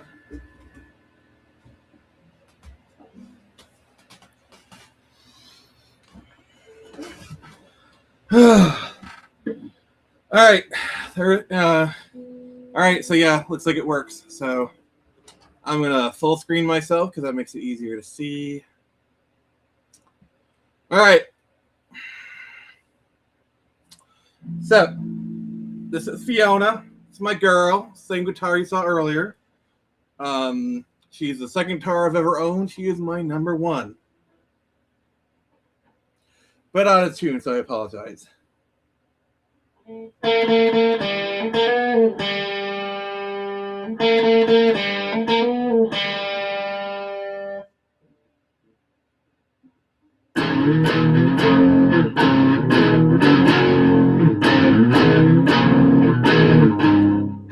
of mess it up.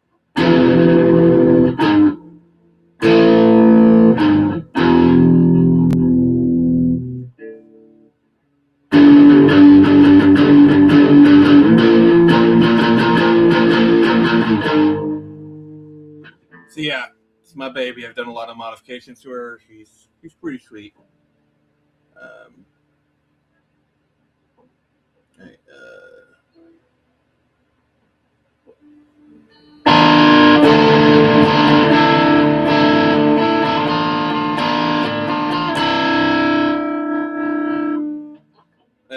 but yeah, she is a Squire Jag. It's originally a vintage modified Jag, but I've made so many like little tweaks to her here and there that I don't really consider her a vintage modified. She's kind of her own thing. So modifications I've done is Grover tuners, got a bone nut, DiMarzio deactivator pickups. Originally had concentric like tone knobs, just volume to it, whatever. A new bridge, get a new bridge, and then got a little quill tap.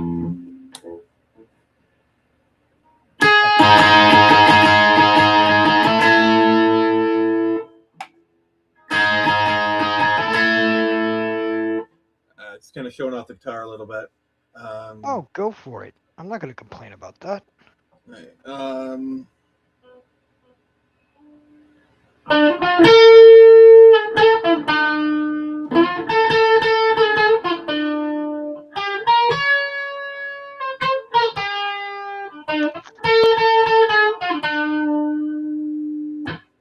You know that one.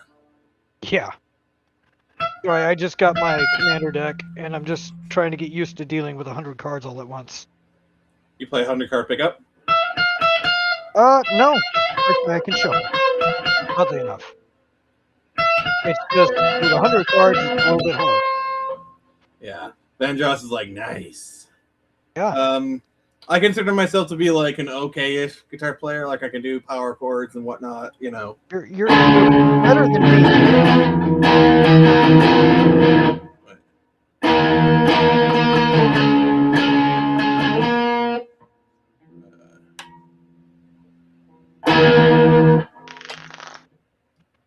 But yeah.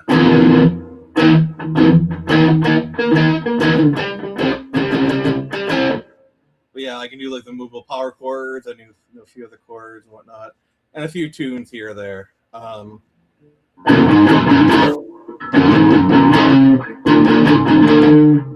still kind of figuring that one out. But yeah, I've been doing this, playing guitar for over 10 years at this point, and it's one of those things where it's like I always wanted to learn, but never could. Ooh, those sound fresh. They are. They're brand new, actually.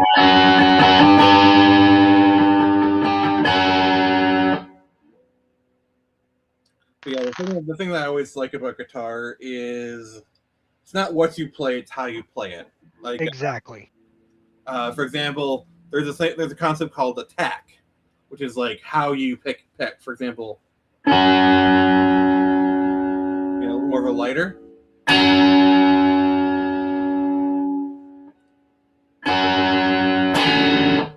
Like that, you see?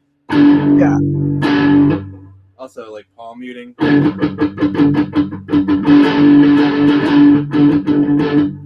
Are you self-taught or did you take lessons? Self-taught. I think I've had like a few one-off lessons here or there. A lot of it is tabs, kind of like guitar tabs, picking up those. Um, uh,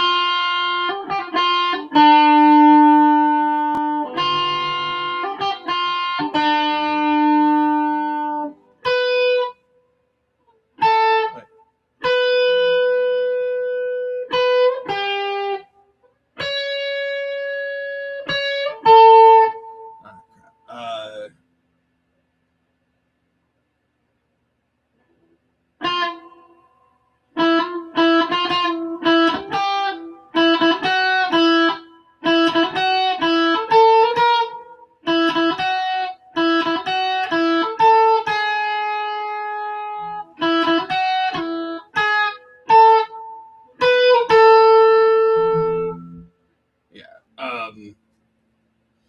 I haven't been playing as much as I used to. So I'm kind of go off of memory for like a lot of these riffs. You're just a bit rusty. Yeah, that rusty cage.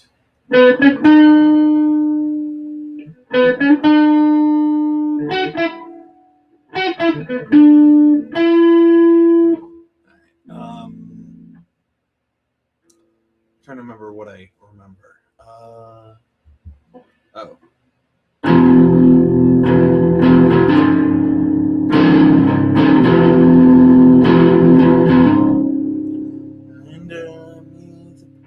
I haven't I tried self-taught at first and wasn't progressing well past the basics. Piano, I had lessons, got a lot better. But it's been years since I played anything. I basically played the piano and somewhat taught myself. I'm not good, but I'm not horrible either. Yeah, for me, mostly like tabs, like learning the tabs, because guitar tabs are like what finger position kind of thing you got to do. Yeah.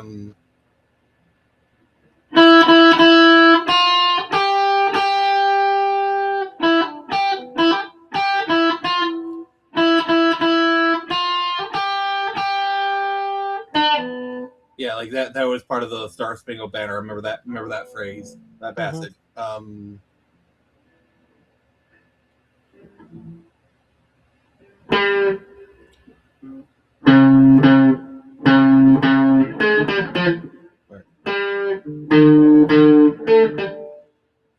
I was trying to remember Inagata Davida. But yeah, let me see here. I actually have a bunch of my tabs pulled up. Let me I'm just gonna grab it real quick.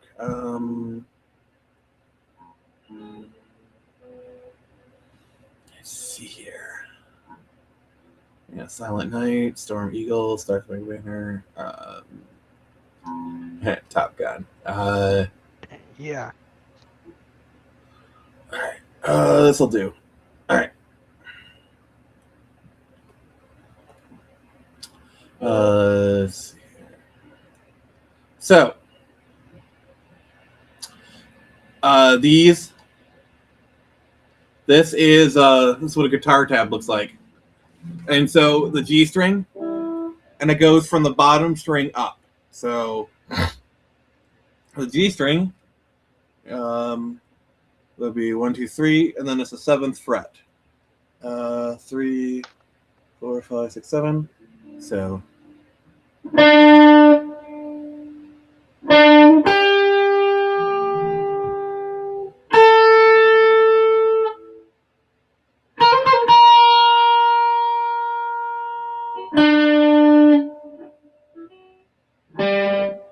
yeah, like you like just those few notes you could hear it.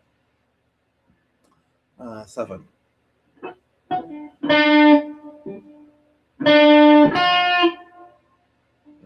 3, 4, 5, 6, 7. So.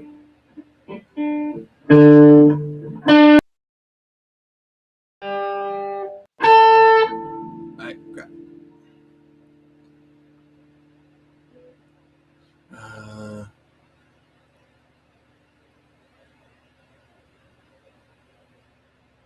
Alright, you back, Jason? I'm back. Alright. I just mixed up my cards a bit, and now I have to search for a specific card. How lovely. When it's a 100-card deck. Lovely. Yeah, I'm just like live on air, like kind of figuring this out. Sorry. Oh yeah, no, you're good. I'm listening to your music too, and then I'm enjoying it. I'm not making any complaints.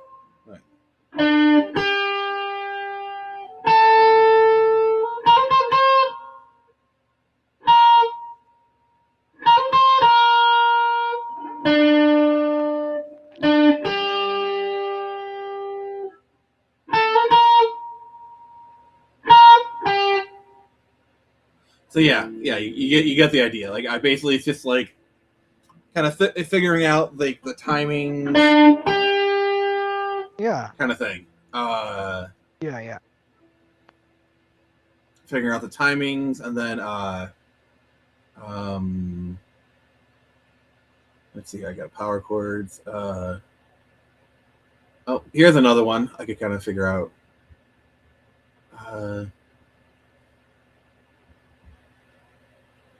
And here is Reigns of Casimir, which this one is one of those ones where I think once I start playing it, I'll pick it back up again. It's really weird. The mind is really weird. You can't really remember something, but as soon as you kind of start playing it, the muscle memory kicks in. Mm-hmm. Welcome to understanding the body.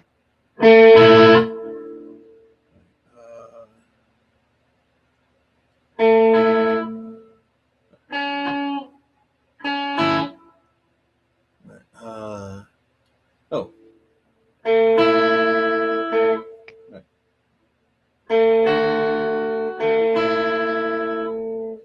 It's horribly out of tune. But yeah, that's the other thing. It's like tuning it up helps a lot.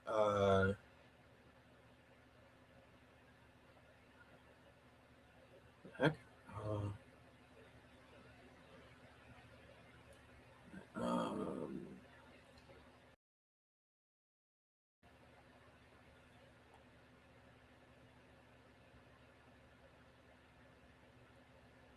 There we go. So yeah, music's a bit of a passion for mine. What's everyone's favorite genre of music? I'm a metalhead and rocker, though I can like anything depending on my mood and setting. For me, it's country, 1970s, 1980s rock, and jazz, and classic. I have a Fender Jaguar. That is the car that I choose. Who do you guys think is my favorite band? I mean, there's a couple different options, but Metallica? Metallica doesn't use Jaguars. That's me telling you I have no idea. Nirvana. I'm a Nirvana fan.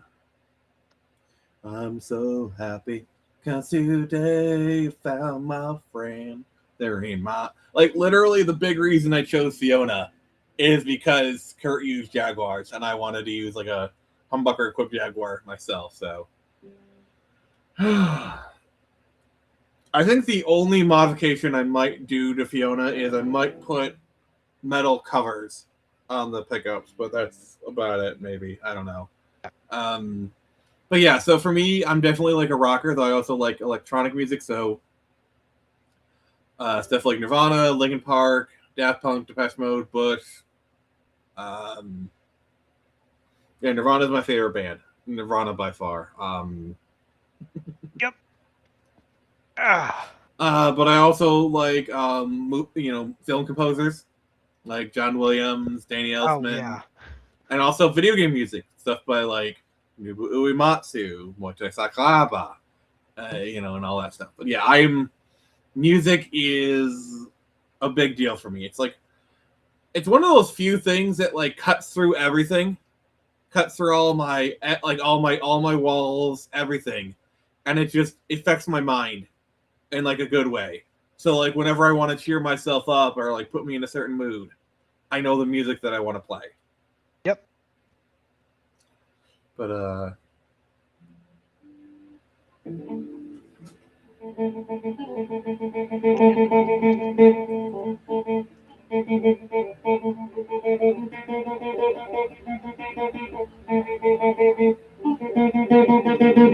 I'm showing off a little bit. Oh, go for it. So, like, the Eddie Van Halen thing, the tapping? Yeah.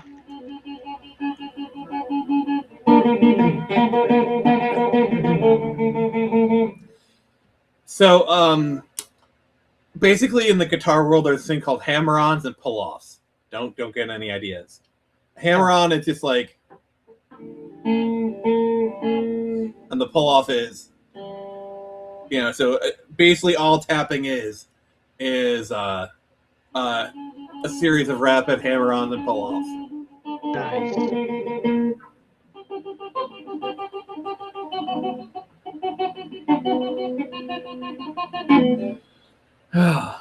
So yeah, I'm back from writing a statement. Dude literally stole 3 headsets controllers, looking me in the face, and then walked out. I can't grab them. All I can do is call security. Oh man, what?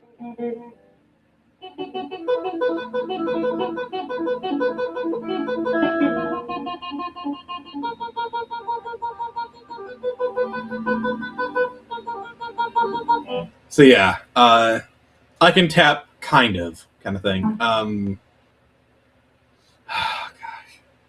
But yeah, I do love playing the guitar. I do love it.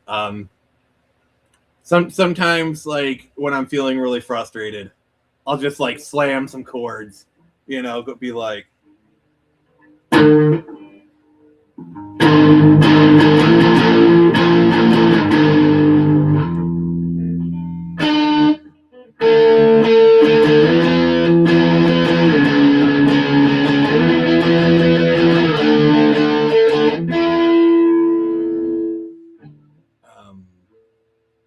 Can you see why I love this guitar? Because it just sounds freaking amazing. Yeah, I know. I'm agreeing with you on that. That sounds badass.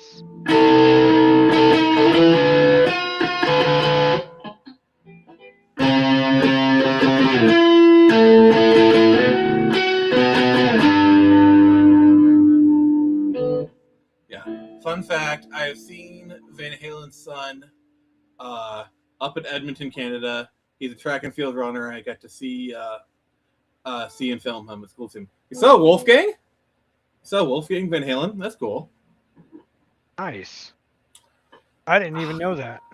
I miss Eddie. Like, I remember like watching this video where he's like giving a talk somewhere, and he's like in his older years, but like, and he just like randomly picks up a guitar and starts shredding. Like the dude was the GOAT up until his last days. Like even in his older age.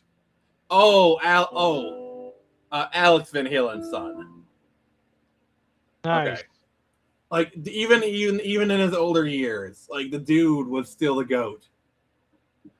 I'm in awe. Like just he picks up the guitar and he just like just.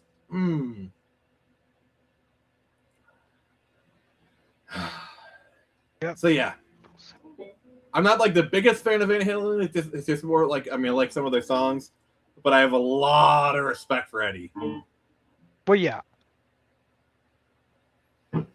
But yeah, I do love my guitar, and I actually play synth a little bit. I have a couple of synthesizers.